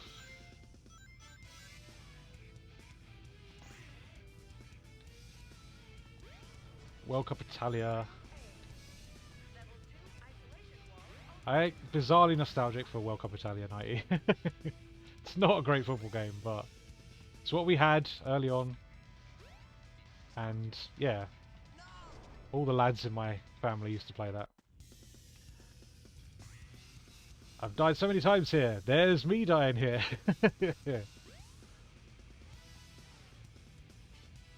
Do you know Kim Justice on YouTube? She's probably my favourite retro games YouTuber. I've watched some Kim Justice stuff for sure. Like she's really good. The thing that kind of turned me off her though, and I don't know if it's still on her channel, but she did a very ill-advised video about Jimmy Savile's wrestling career, and I was just a bit like, who is this for? Like, why are we highlighting this? Very strange. And I was just a bit like, you do you, but I don't know if it's for me, unfortunately. But yeah. Yeah, tell me about it. Isn't it bizarre? Like, that was the thing. I was just a bit like, I don't know. I don't know who that's for. I'm not going to judge what people want to make, you know, but like, you do you. But I don't know if I want to watch that. And it just made me a little bit like, yeah, I'm not, I don't know if I want to engage with this channel, you know? So yeah, again, look, who am I to judge, you know? Make what you want to make, but maybe not about Jimmy Savile, you know? Regardless of how interesting you find that subject, I think there's a man who doesn't need to be highlighted on YouTube. Yeah, a shame, because Kim Justice has done some amazing things. One of my favourite Kim Justice videos is she reviewed every single football game on the Mega Drive. And it was like genuinely a fascinating video. Like, I'm not a big sports guy by any stretch of the imagination, but I played a lot of sports games back in the Mega Drive days. Just because, you know, a lot of the time they're simplistic and fun, and like they're a nice sort of like approximation of the sport, but like by also being kind of gamey and fun. So yeah, that was a nice video. That's something that like nobody else is going to highlight, you know, like, so that was really unique and cool, and I'd love her to do some more stuff like that, you know. But like I say, my interest in that channel was a little bit lost once the Jimmy Sample video happened. Oh, work with me, camera. But yeah, honestly, like, for retro game stuff on YouTube, me and Jen will both attest. Retro Pals is currently my absolute favourite thing right now. So their YouTube channel is just sort of like archives of streams they've done, but like, you know, edited nicely. And they do these variety streams where it'll be like a publisher focus. So they've just uploaded one on Konami games for the N64. And it's just a really lovely watch. Something to chill with after day at work, you know, like put it on, just watch this nice 2-hour thing. Nice, really entertaining, you know, it doesn't feel like they're wasting your time or anything like that. It's just a great, great channel. That's been a huge fave of ours. Yeah, that gets a lot of love. I really like RMC the Cave.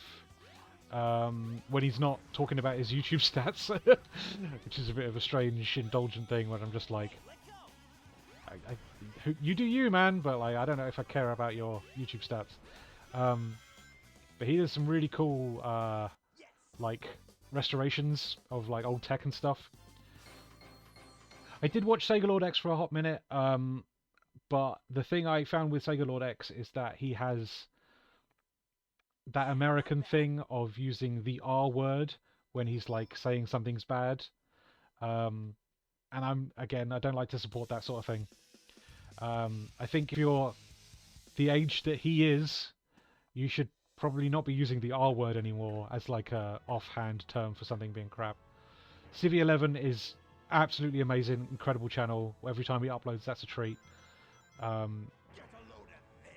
Yeah, fully into that.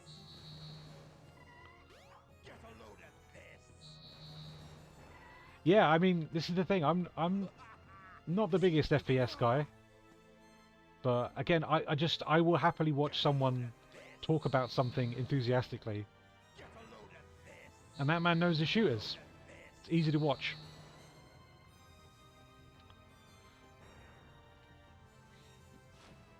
Like, for example, my good friend Gavin, he runs a channel called Toy Reviews Done Quick, TRDQ, which I'd also recommend.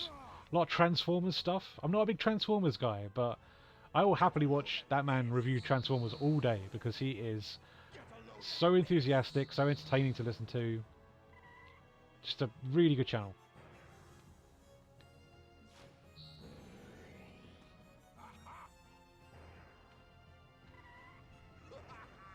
See if you can make it through here, Sonic. Yeah, no. Can't get away with this. I love the way he says that line in particular. He gets sort of camp for a moment, which I'm fully into. Oh. It's no use. Give up.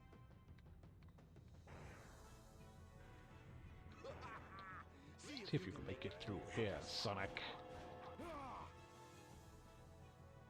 I made it, better later than never. Andy, my dude, thanks for coming on. We're just about to finish Sonic's story, so good timing. So glad you could make it. It's no use. No way. I can't believe this. Frame Rate is another favourite. Frame Rate is a great channel. I think he maybe does too many videos on Serious Sam, but that's his bread and butter, right? Can't say I'm the biggest Serious Sam guy, but that boy loves a Serious Sam game.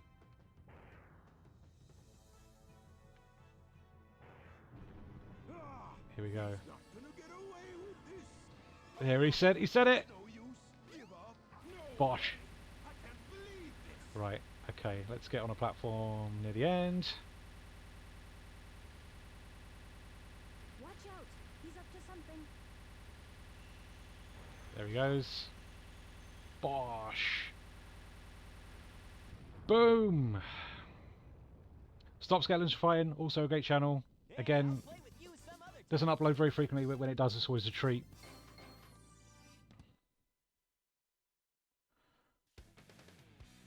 I'm trying to think of some other stuff I like. There's a channel called Ahoy, and again, very rarely do they update, but when they do, it's always a treat. They do a lot of like videos about like weapons, so like actual real guns, and then like how they're used in video games. Really good stuff.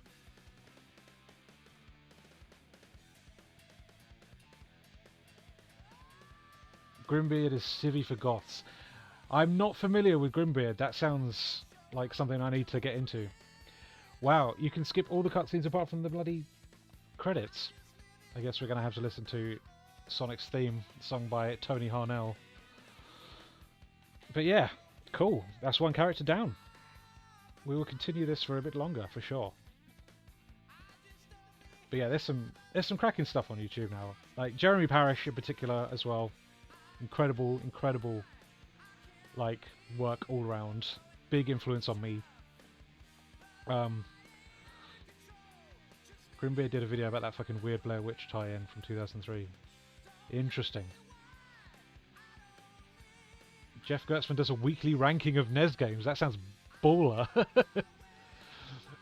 Speaking of Retro Pals earlier as well, they do a thing called Mascot Mondays, where they play mascot platformers, and they've got a massive spreadsheet that they continuously update, like the rankings of mascot platformers. And thanks for recommending my own channel, Jen. And Pocket Ellery. Appreciate the shout out. But yeah. Currently close to 200 games, and he plays all of the games for a good amount of time. Okay. Yeah, the only thing with Retro Pals is they kinda... I mean, they play it on stream for like, I don't know, half hour I guess, before they decide on a verdict, but yeah. You might not be able to fully gauge a game on half an hour's worth of play, you know? But that's the whole joy of retro, sometimes you just know if something feels right or wrong. When I was first collecting like Master System games, that was the joy of it, because like Master System games were so cheap when I was buying them on eBay. Like £3 a cart, loose. Yeah, I'll just take a chance on anything. And you just know straight away if a game is going to be like your cup of tea or not, because just the way it feels, you know. If the controls feel sticky and unresponsive and off, you'll know straight away, like, yeah, oh, this is a bad time. But if it controls well, like, straight off the bat, you know, like, oh, I'll probably get some decent enjoyment out of this. And Master System games are so good for that. You can tell instantly whether a game is going to be, like, your thing or not. Just the way it feels. Another good one, Pack Manufactured. It's coming back. I'm going to get around to it. I've got a nice little list of clones that I'd like to cover at some point. But yeah, it's just one of those things, like, I've got too many bloody hobbies, innit? I run a website, I run a YouTube channel, I do a podcast, which is coming back. Cast Iron is coming back. We're recording this weekend. So yeah. Nitro Rad as well. We didn't talk about him. He's good for mid-tier shit, for sure. Very good for platformers. Yeah, no, I recently got Scalar on PS2, which I was only made aware of through Nitro Rad, I think. Very good game. Very good game. Yeah. But yeah, I'm excited to record Cast Iron on Sunday. Very excited to get back to that. It's been a good year, I think, since we last recorded together. And yeah, we're going to record an episode on the All-Star Sessions by Roadrunner United, which is an album I'm well into. It's also a lot of fun. So yeah, that's something to look forward to. And today, I got some CDs.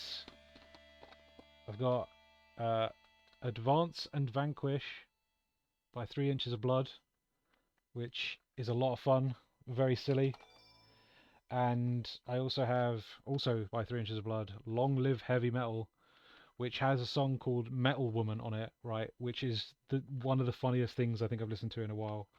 I want to quickly read out this lyric. Uh, Are you ready? Bullet belt seduction lures you to the chase, throws her chains around you, pulls in for a taste. Black widow wanting, shows a glimpse of lace. Lust will betray you, she'll smash your face. That's a fucking lyric. Select your character. Right. We're doing this in order, so it's Tails next.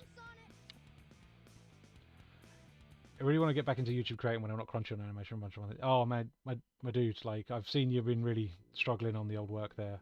Like I'm glad you're getting the work, man. Like I'm super happy for you, but I'm sorry it's been such a hard time for you.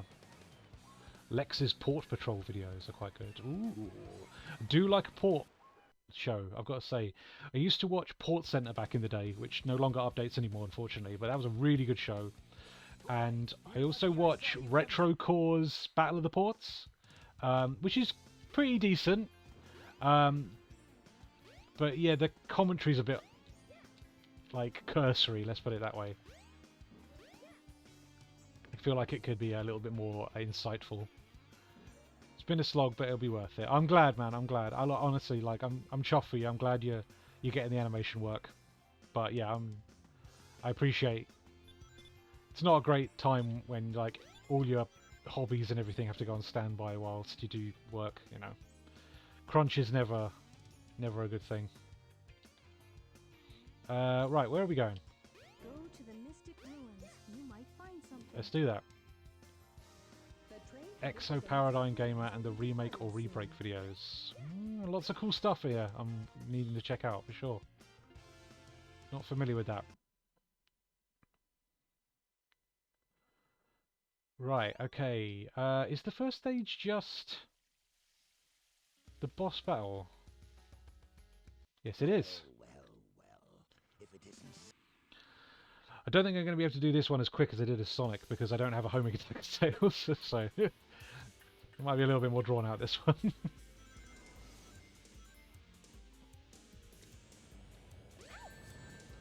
Instantly gets hit. Let's go. All systems, full power. Ah!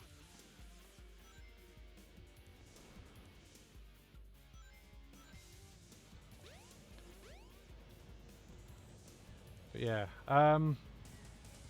yeah. No, like, honestly, thanks for hanging out tonight, guys. It's been really nice to come back to this and have a little audience and chat some rubbish. Can't you tempt? Oh, this. Yeah. Oh, that's a good point. I didn't think about that. Good shout. I haven't got the infinite spin at the moment, but we might be able to use it. I mean, we only have to hit him once more now, so there we go. Did a real crap job of that. Got hit every time. He's happy.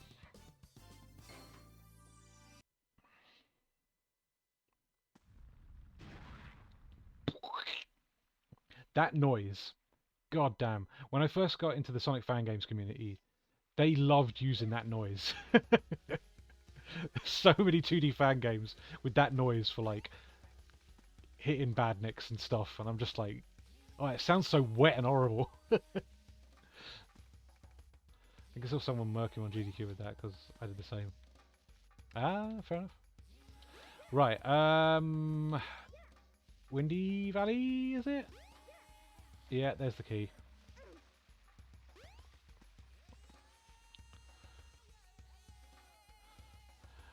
Hey, ukulele. Right. The key is floating.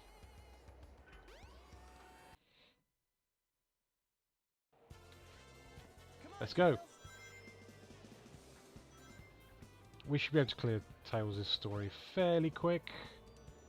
It's just these little race stages, and they're like half of the Sonic stage. Hey, hey, hey! And you got these rings where you can just cheat.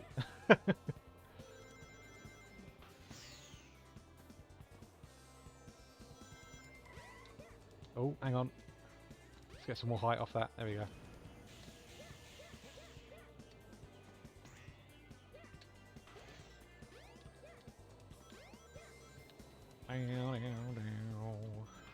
Oh, hang on.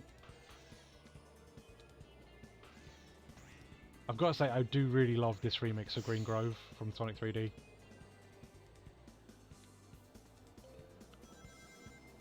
I would have liked Jun to have done more of the Sonic 3D tunes in this style, because I think it sounds great. Obviously, Panic Puppet gets remixed as well, because they used that for Twinkle Park, I think. And what else comes back from Sonic 3D? Oh, the unused boss theme from Sonic 3D gets reborn as the boss theme from Sonic 4.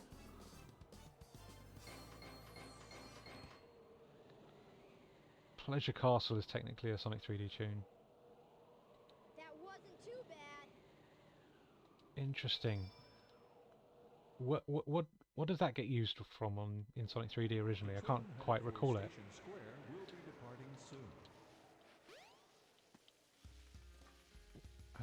Okay. Guess we're going back to Station Square. Go to Station Square. You may find something. Off we go.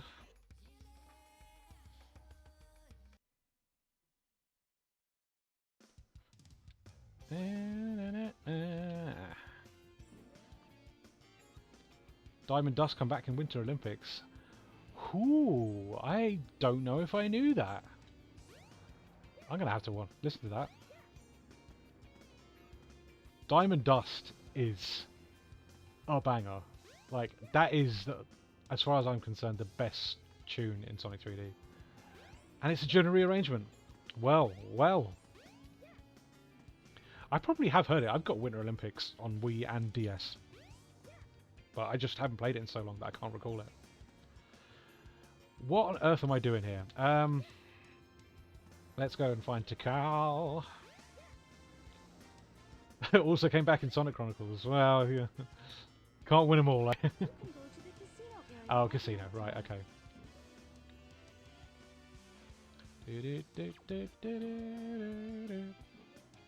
Oh, yeah. I remember now. We just fly up here. Also, while we're here, I might as well get the old secret emblem.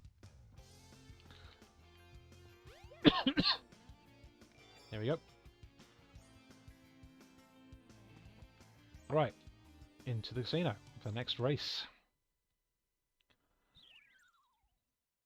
Come on, Tails. What's your favourite bug or glitch in this game? Ooh, that's a good point.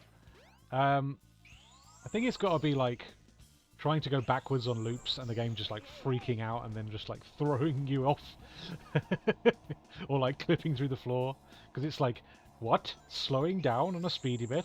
How dare you want to do such a thing?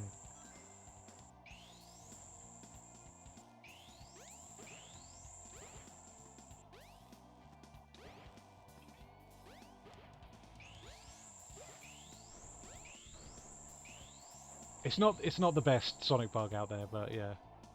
My favourite continues to be Sonic 06 when you walk around the loops. Because they didn't like program any sort of momentum to the loops. So if you just like walk slowly around them, you can continue to stick to the surface. There's a great video of it on YouTube. Backed by magic moments. That wasn't too bad. Picking up the statue of a bloke and chucking him into the sea to watch him wiggle. I think I need to do that. That sounds fun.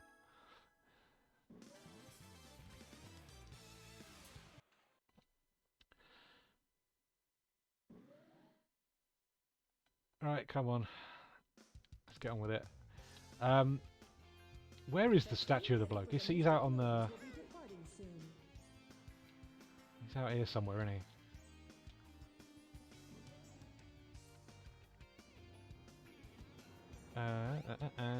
He's back this way, I think.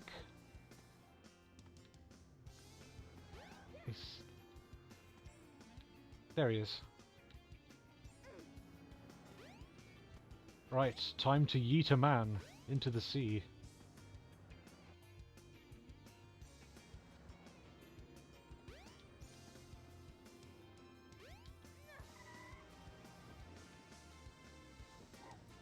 Sir?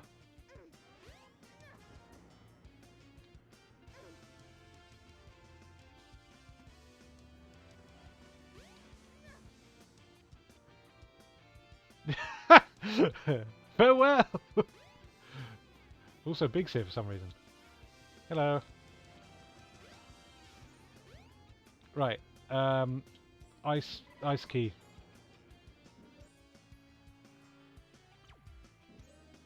This gave us a treat, man. The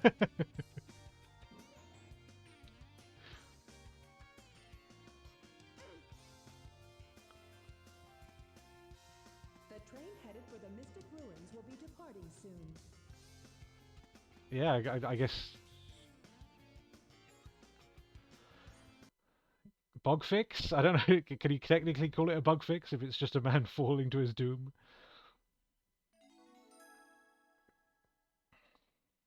Right.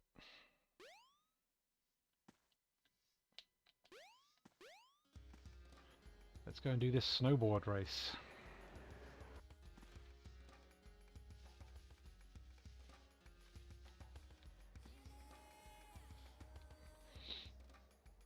Wing! Off we go.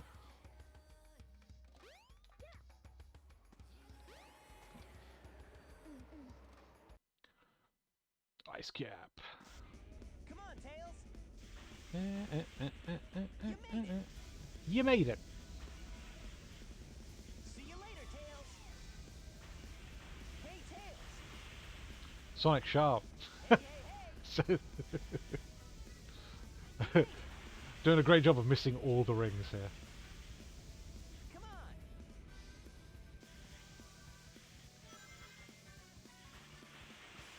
Smash. Hey, Tails. Get in the sea. Hey, hey, hey. Thanks for clipping that anime there.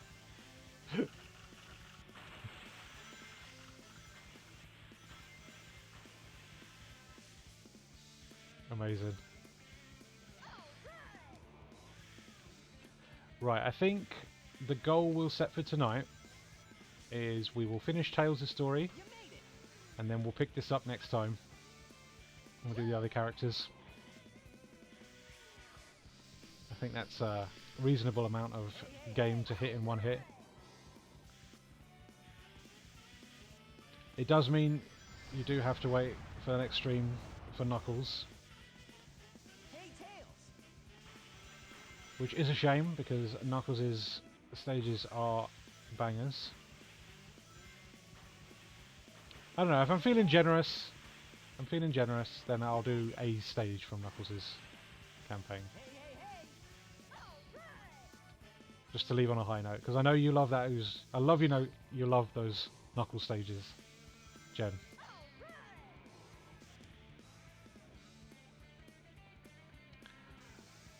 But if you're asking for my personal preference for campaign, it's very vanilla, but it's Sonic. I do love the Sonic stages in this game. That wasn't too bad.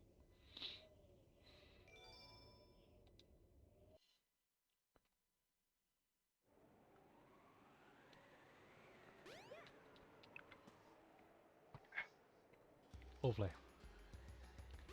If you're feeling generous, way I love Gamma's story. Gamma's story. That's another one that plays sort of like Res, Hands of Dragoon, with the old lock-on laser, isn't it? His story is definitely the most interesting.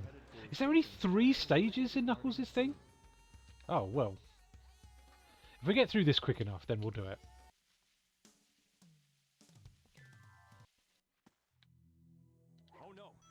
Oh no. Oh no. Give it. Oh no. Give it up. Whoa! Oh no, the emeralds! Oh, you're talking about Gamma's story. And they're all mine. Like Gamma's thing is pretty interesting as far as Sonic games go. They really went hard with that one.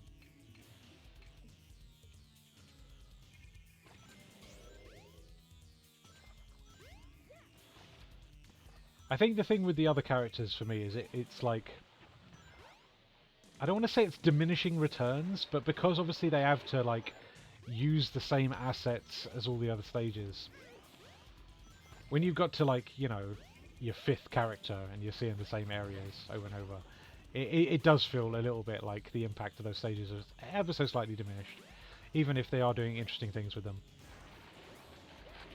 But yeah, Gamma's story in particular is definitely like the highlight. It is so interesting what they did for that character. And especially for a character, you know, that's just been debuted in this game.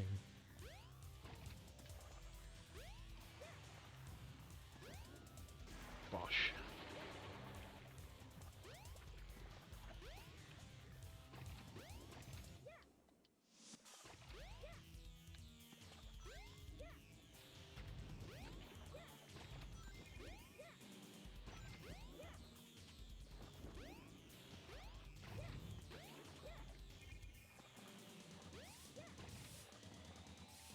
Come on. Surface, please.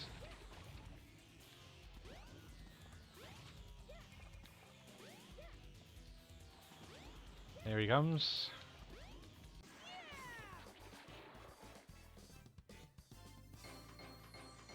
I like how you fight Chaos as big, but otherwise the fights are a bit... Yeah, for sure. Yeah. Behold my Behold! piece, the egg carrier. The big versus Chaos fight that I really like is the last one where you have to like fish Froggy out of him. That's that's a good laugh. Like, there's a genuine like, oh okay, how do we like use this character's mechanics in something interesting? And they did it. Like, I feel like that whole chapter kind of justifies itself by doing that, you know. Where are we going?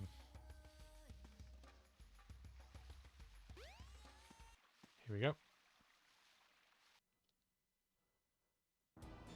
Oh, Sky Chase again. I forgot that you had to do these as Tails. Even though you're not technically, are you? You're just kind of... It's a repeat of the same stage from Sonic's campaign.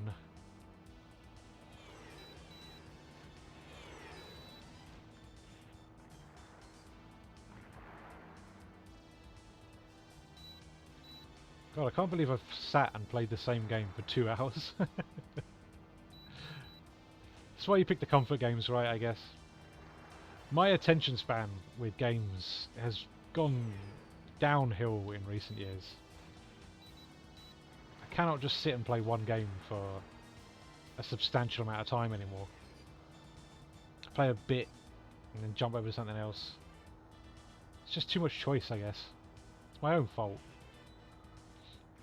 I've been trying to rectify that a little bit. I've been using this website, How Long to Beat, to track what I complete. But you can also use it to like track what you're playing as well. So I've got a list of like games I've started, and the idea is I'd like to use that as a okay, right, you've started this, you know, spend some time with that, chip away at it, try and get that beat as well, you know, instead of just continuously adding and adding and adding to the backlog.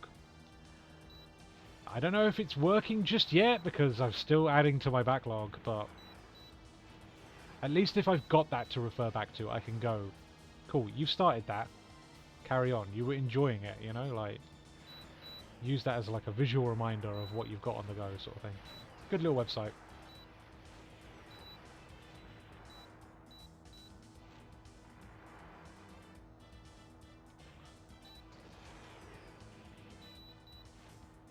I know a lot of people use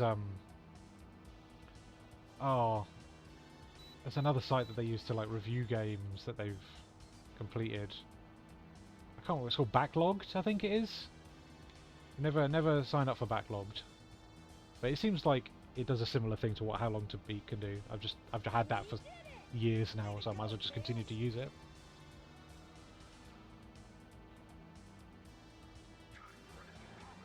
Hey, Flat Dog Records, I didn't even see you come in.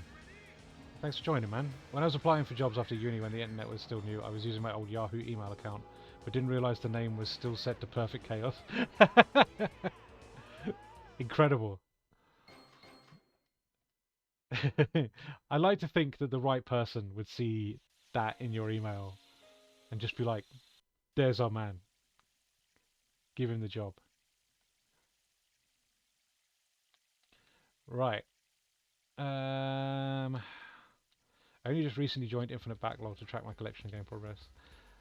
Yeah, it's one of those things where it's just like, You must find the Chaos Emerald, but searching in the jungle is very difficult. okay. Oh, while we're here, they don't make a necktie big enough for Perfect Chaos. There we go. He's over here. Right, minecart into the jungle, I guess. Is this the sand hill bit now? I'm trying to remember.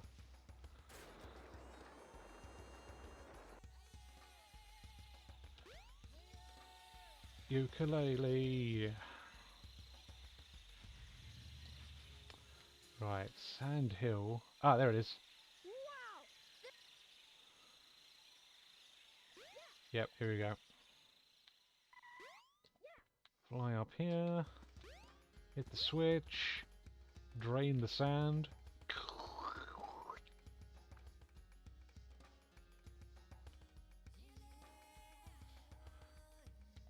Right, let's go.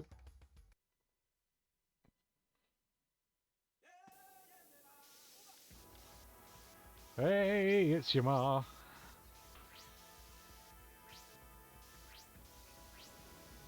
Oh dear. Gonna lose that combo.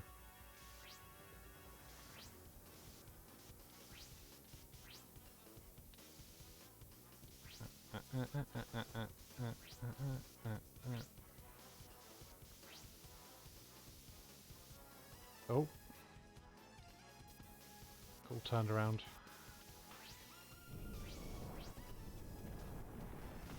I don't know what you get for getting like a consistent combo through this.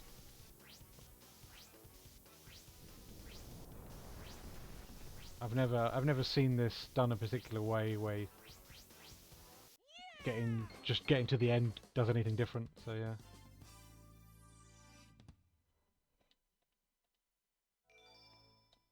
$19. Oh, back to the past. Uh-oh. I thought I was in a... Is it an emblem challenge, maybe? That's a good point. But I don't think you can reselect it from the game select. Oh, we need the badge here, isn't it? Where's it hidden?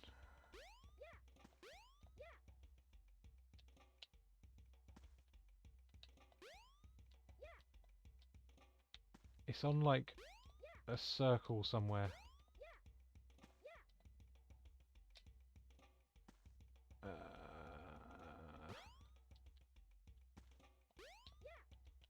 Like one of these. There it is. You have 100% of this? I have not, unfortunately. You found the rhythm badge. Did you I'm trying to remember what you get for 100% in Sonic Adventure. I think you unlock Metal Sonic as a playable character? I think. That might only be in DX Director's Cut Minds. The servers are the 7 Chaos Emeralds. I haven't got the patience to 100% Sonic games, man. Like, God. My friend Tom 100%ed SA2 Battle so that you could unlock the Green Hill Zone in 3D. and then I just copied his save to my memory card. I ain't doing that. You did 100% Sonic Boom Rise of Lyric.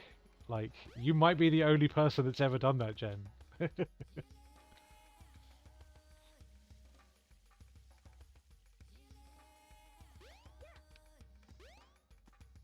I am now the Sonic Finally Yoda. got an emerald. You must hurry and finish the tornado. Oh, okay. Over to the old hangar then.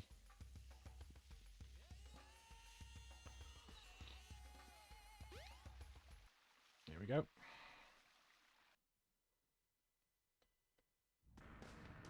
SA2, me and a friend in high school shared a VMU and worked on it together to get it 100%, though I think he did most of the work. That's the way to do it, my man. Fully agreed. Get someone else to do it.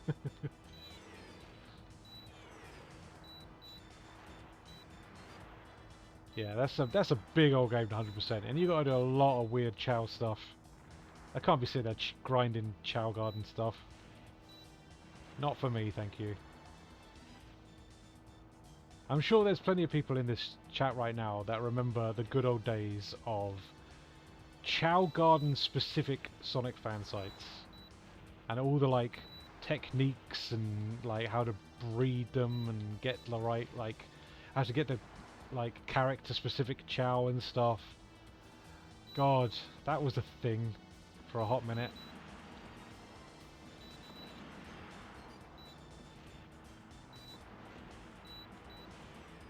Chow Island is still around. Amazing. I am so happy to hear that. Get in. Yes, the old guard surviving. Listen, if you know what you're about, like, continue to do it. And like, this is the thing I love about the fandom, right? Like, the people that stick around, Hope you know what you're doing. like, do what I do in that like they keep their love for the franchise at like an arm's length, you know? Like, I've seen a lot of people, like lots of colleagues and friends and stuff, go through the system, you know? And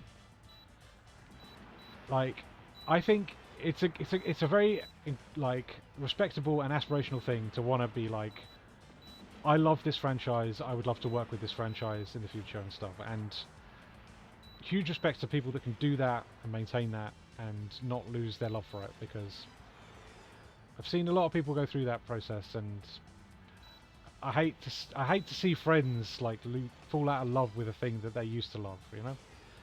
That feels like some unknown force took something from them, you know, and it's like, it's just a real shame, because like you shouldn't lose love for the things that you enjoy.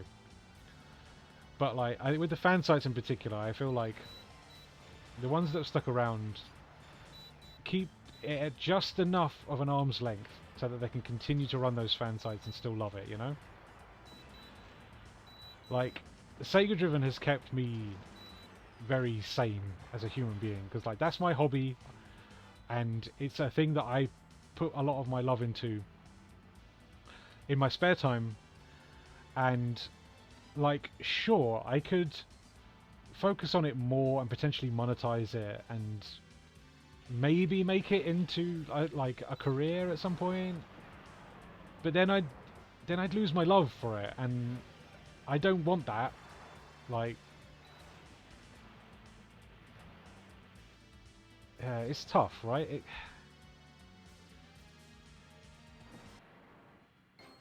Sonic fans are going on to make Sonic-inspired indie games are grand. That's the dream, right? Like, for sure. Oh, cool. Yeah, the emblem unlocked me Game Gear game. Coming in tight. Tails, we gotta land on the egg carrier. There is absolutely value in not monetizing your hobbies, for sure, for sure. And I'm not trying to like talk down to anybody that wants to chase like, you know, the dream of working on a franchise that they love and stuff, you know? I just think Get any ideas, Sonic? magic is kind of lost a little bit when you see the inner workings. And it takes a certain amount of strength, I think, as a person to just kind of look over that and be like, no, I still love this property and I want to work on it. But yeah, I think it's tough, you know, it's tough. Finding that balance. So, this must be the sky deck, huh?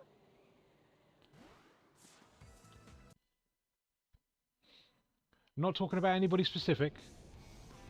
I'm not talking about anybody specific, but, you know, I've definitely seen it. Come on,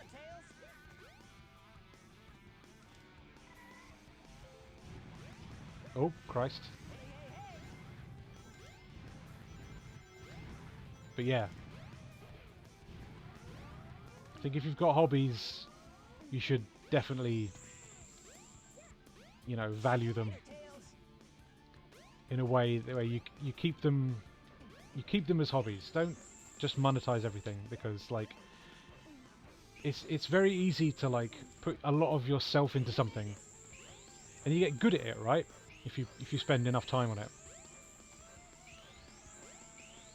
And friends and family and colleagues and stuff will tell you, oh, you know, you're really good at this, like if you like doing it, you should follow it as a career path.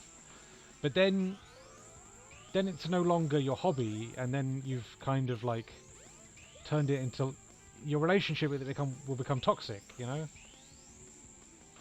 Yeah, I think you just... Yeah. I've seen a lot of that chat around recently. Like, don't monetize your hobbies. It's a good thing to keep them at arm's length. I like to think that's why Sega Driven's lasted. Like, I'm just enough on the fringes of Sega and the inner workings so that it doesn't spoil the magic for me, you know?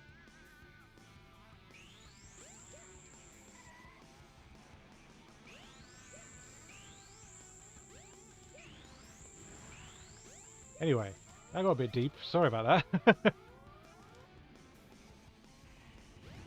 Sonic is not trying, but also he doesn't have the advantage of being able to use these boost rings.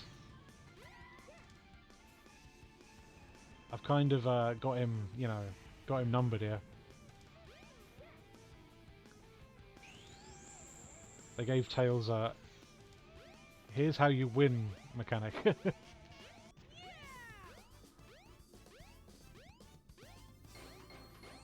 Can you hear Sonic jumping in the background? You right there, mate? That wasn't too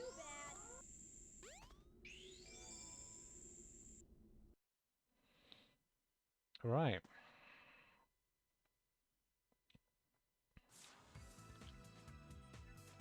Right. Camera, are you okay? There we go. Right, one round's out of service, so that means we need to use this spinny elevator.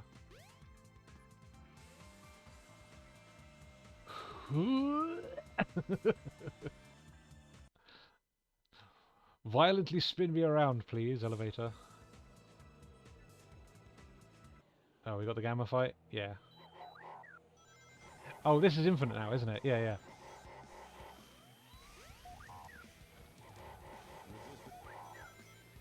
Resistant.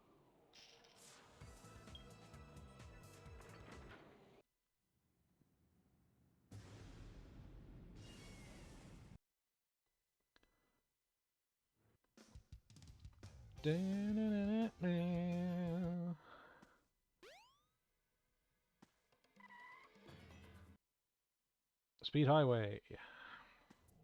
You think you can keep up with me? I love the comedy missiles stuck in the building in that icon.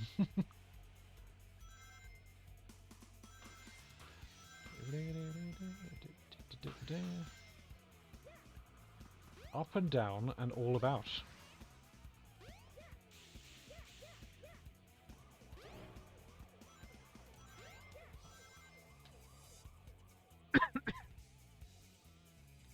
Tails, you gonna land?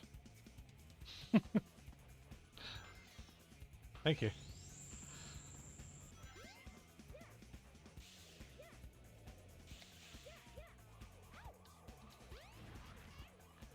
Love that he was like, yes, this is my evil ship with the nefarious deeds, but I need a swimming pool. I mean, man knows what he's about.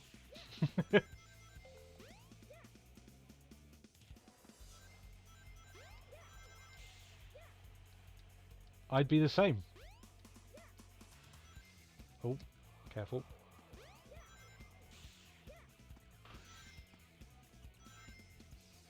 Wow, I am just slaughtering him. Get that rocket. Thank you.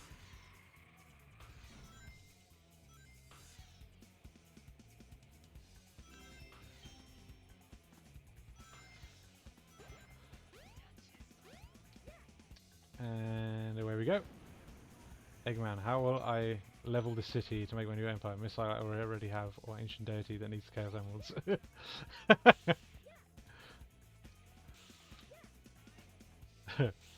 I guess it's the why not both meme, right? There's the missile!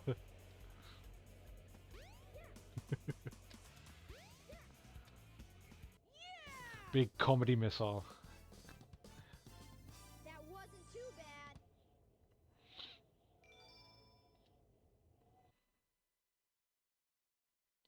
Oh no! It's Robotnik! Oh, So you that was quick. God. I've never noticed that before. No, it was a dud. Right, final boss as Tails. get a load of this! No way! I can't believe this. Leaping.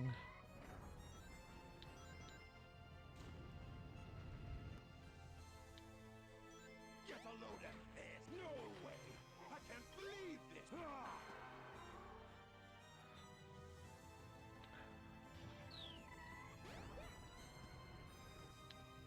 I forgot how easy this is.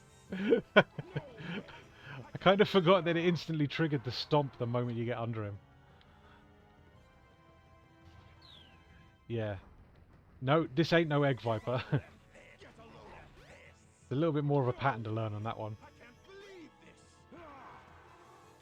One more hit. Ah! He's not gonna get away with this! He's not gonna get away with this. Get a load of this! Get a load of this! Get a load Oh, of this! No way! I can't believe this! Ah! there we go. Tails, get out of there. It's exploding. And Tails died. Hey, I did it! Well done, Tails. Oh no, he got away with this. Yay! Do the fist pump. Cool. That's Tails' story done. There's another credit sequence that we have to watch, unfortunately. Right, like I say, we'll probably finish up soon, but we'll do a stage of Knuckles' story. I can't leave Jen hanging. Speeps ruined that cutscene for me. That's him done. Unfortunately, we have to continue to fight him in like 4 other characters' stories until he's fully done. But we're getting there. Yeah, I don't know why. I'm gonna have to look into the mods and see if we can find something to install. Skip credits mod. Because you can skip all the cutscenes in this version. But I think that's something they added to what's it? DX Director's Cut. Because I'm pretty sure the Dreamcast one makes you watch the cutscenes all the way through. Interesting that it's called A-Life. I never really noticed that before. Isn't that the same? It's called the same thing in Knights, right? A-Life? Can't blue sphere your girlfriend. True that. Yeah, yeah. So they are connected somewhat. Like they use a similar AI system, I guess. I've never really quite understood the A-Life in Nights into Dreams, but then I've never really understood Nights into Dreams, to be honest with you.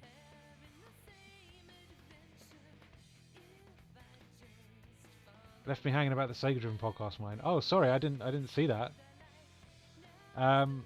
What, do you want there to be a Sega Driven podcast? I can't do everything, right?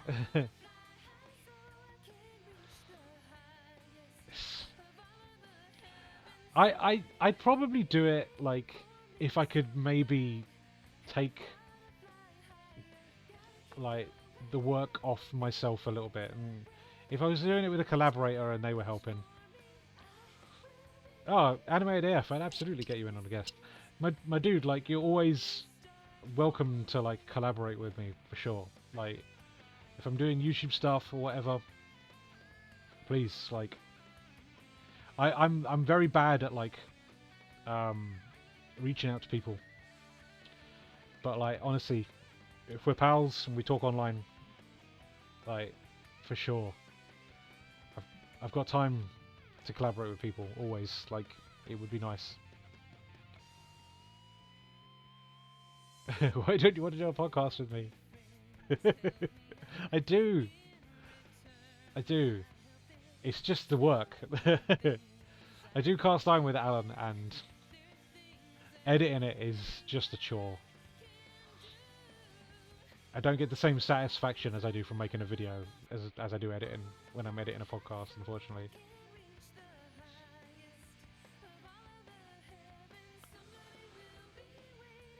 But yeah.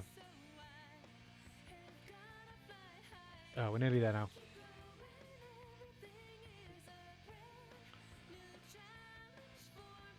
I'm trying to remember how long is Knuckles' campaign, because if it's a short one, I might just do it.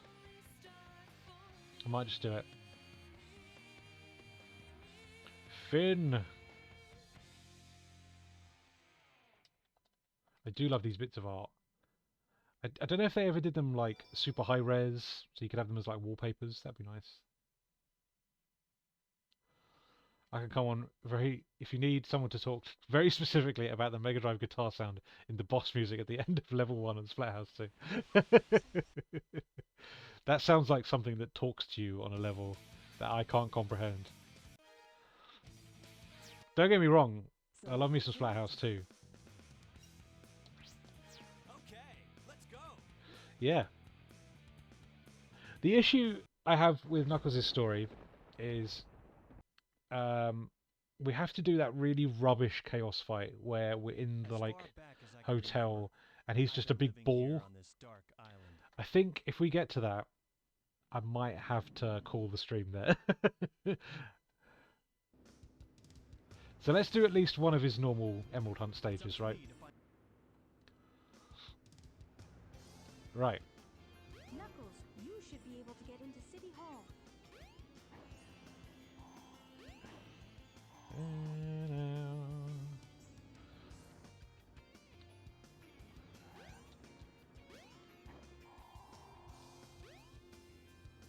Punch! Here we go. Hell yeah. Right. The best Emerald Hunting stages in any Sonic game ever. Let's do it. Yeah, they really dropped the ball with the second one, with not being able to just get them in any order.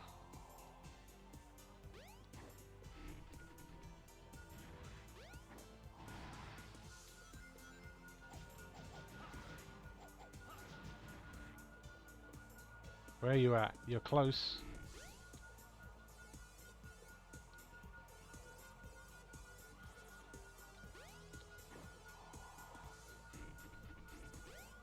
Is it down here? Yes, it is.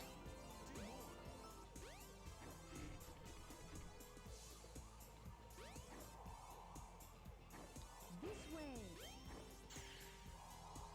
I don't need hints. That was an accident. Knuckles crushed fucking on a crime scene by destroying the barriers. I do like that Sonic is ACAB. He follows that life.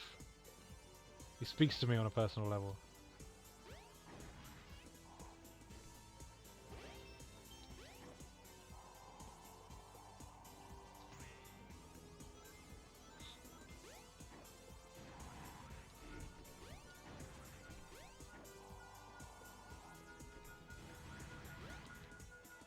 we in the badnik? No. It's nearby though.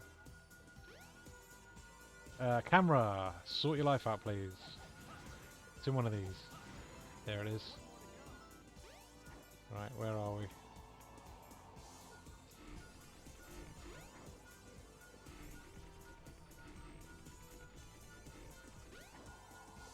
There it is. You love to see it. Looking forward to seeing what this Knuckles series will all be about. Yeah, I mean, Good enough. the Sonic stuff under Paramount, like, didn't need to be as good as it has been. I really hope it's good. I don't know how excited I am for it. Like, I'm just quite happy for it to exist. I haven't really engaged with much, like, Sonic TV. I haven't watched any Prime at all. And I don't feel the need to. I haven't really yet seen anybody go, like, super wild for it, you know? Like, it's a bit... It just sort of happens. Anyone think there'll be a Shadow spin-off? Well, I mean... God. Possible, right? Like... There's a lot of Shadow hype kicking around at the moment. You can go to the casino area at nighttime. Yeah, the Sonic Cinematic Universe. I mean, they are. I watched first season Prime and was whelmed. Fair enough, fair enough. I think a lot... I definitely saw some chat about... Yeah. The seasons are not so well cut up. Like, you get to the end of the first one and you feel like you're missing something, you know? Definitely seen that as a criticism.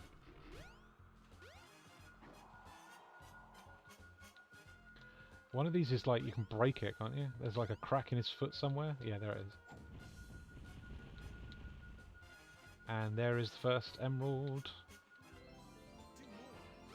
Shard. Oh, hello. He's in one of these. And there's the other one. God, that was quick. Look at that. Clearly not for me, which is fine. Neither was Boom. But, yeah, I mean... Good enough. I've got 4 of the DVDs of Boom. The ones that come out in the UK. And I still haven't finished them, but what I have watched of them I at least like. Like, there's a good amount of comedy to it. It feels very Adventures-esque in the style of the comedy, which I'm all about. Like, I do really like Adventures. Where in the world am I? The amount of art I've seen about Sonido generations. Oh, Jen showed me a great one on Tumblr where it's like Sonic and Shadow kissing, and then like Shadow's holding out like a sippy cup, and then classic Sonic's drinking from it behind him. Like Sonic and Shadow go on a date, well, and classic Sonic's there too.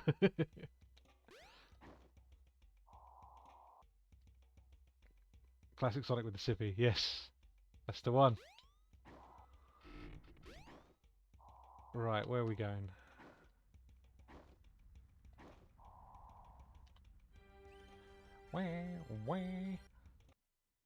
It is well written, but from that era of cartoons where everyone just stands around and doesn't do much. Yeah, totally. I get you. Huh? Now where am I? Back in station. Right, okay. What's next? No trains are currently in service. So we're doing something here then. This might be the boss fight. Yeah. Yeah. Hey, it's Dr. Eggman. Okay. What's he Alright. I'm gonna do the boss and then we're gonna call it here for tonight. Alright? Because then it's at least done, so that the next time we pick this up we can just go straight back into emerald hunting, having a good time. So yeah. Oh, that was not the right lift. That's the Chow Garden. Yeah, let's get this boss over and done with. Yeah, I don't know what it is with this boss. It really is just dull. Chaos. 2. Electric Boogaloo.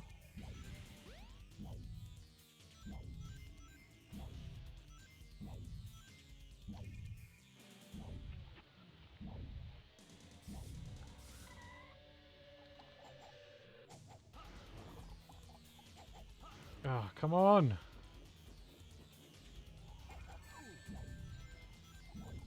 Where's... I can't even bloody remember when the weak spot shows up. Did you see that someone's Sonic X Shadow Generations on Steam has the community tag of LGBTQ? Whoa.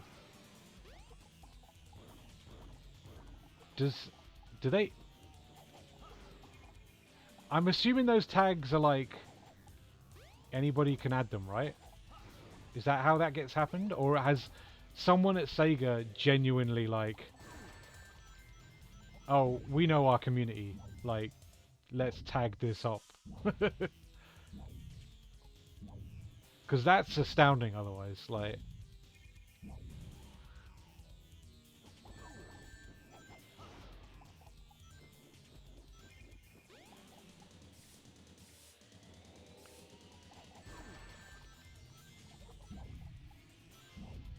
Yeah, anyone can add them, and then if enough people do it, they get on the list. Oh, okay, so it's the fans. Okay, but that fair play, fair play.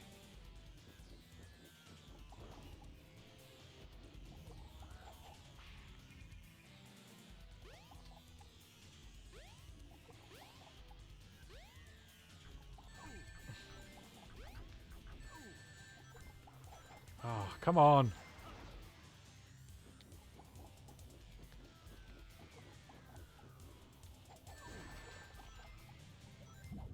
One more hit. I think I'm supposed to be jumping on him instead of punching him.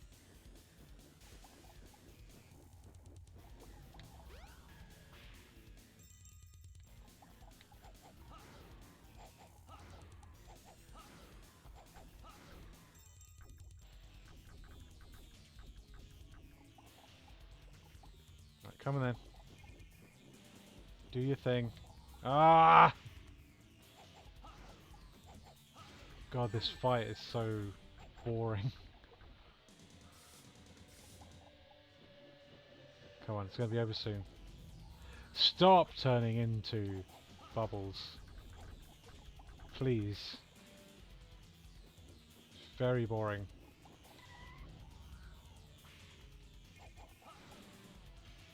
Am I doing something wrong here?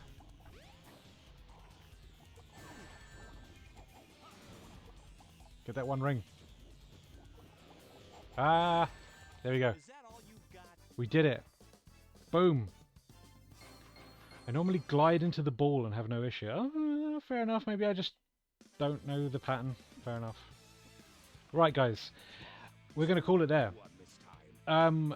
Thank you, everybody that came and joined. This was a good laugh. Honestly, like, I really needed this. Yeah, I just wonder why Sonic needed a chill time, just needed to chat with people, just needed to hang out, and yeah, it's always super appreciated when you guys come in. Like I say, I kind of really set this up so that me and Jen can just sort of catch up in the middle of the week, so it's really lovely that you guys come and hang out and, you know, had a good time, hopefully, and it was nice to chat with you all, seriously. But yeah, thank you very much for watching. If you could follow, please follow. I don't really ask for these things normally, but like, I'd appreciate it. It's nice to see a number go up. Yeah, head over to SegaDriven.com. It's my website. It's all the latest news on Sega stuff, and it's an information resource as well. I really like updating the sort of merchandise section and trying to log as much merchandise that comes through my possession as possible. My big pet project is trying to get as much home video stuff on there as possible. So yeah, please go and check that out. Please go and check out my YouTube channel, youtube.com/@SegaDriven. It's the sort of complement to the website. It's me doing little video reviews of games I like. And yeah, castironshow.co.uk is my podcast I do with my friend Alan. It's about metal and rock albums. We're doing a new one on Sunday. And yeah, it's going to be about Roadrunner United's All-Star sessions. So look out for that soon. It's going to be coming onto podcast feeds very shortly. I'll be probably editing that next week. But yeah, I'd better hurry. thank you all for joining. Had a good time with this. And yeah, we'll pick this up next time. We'll carry on with Sonic Adventure. We'll get this completed on stream. And we'll chat some more rubbish. But yeah, hope everybody has a lovely evening. Thank you very much for joining. Take care. See you next time.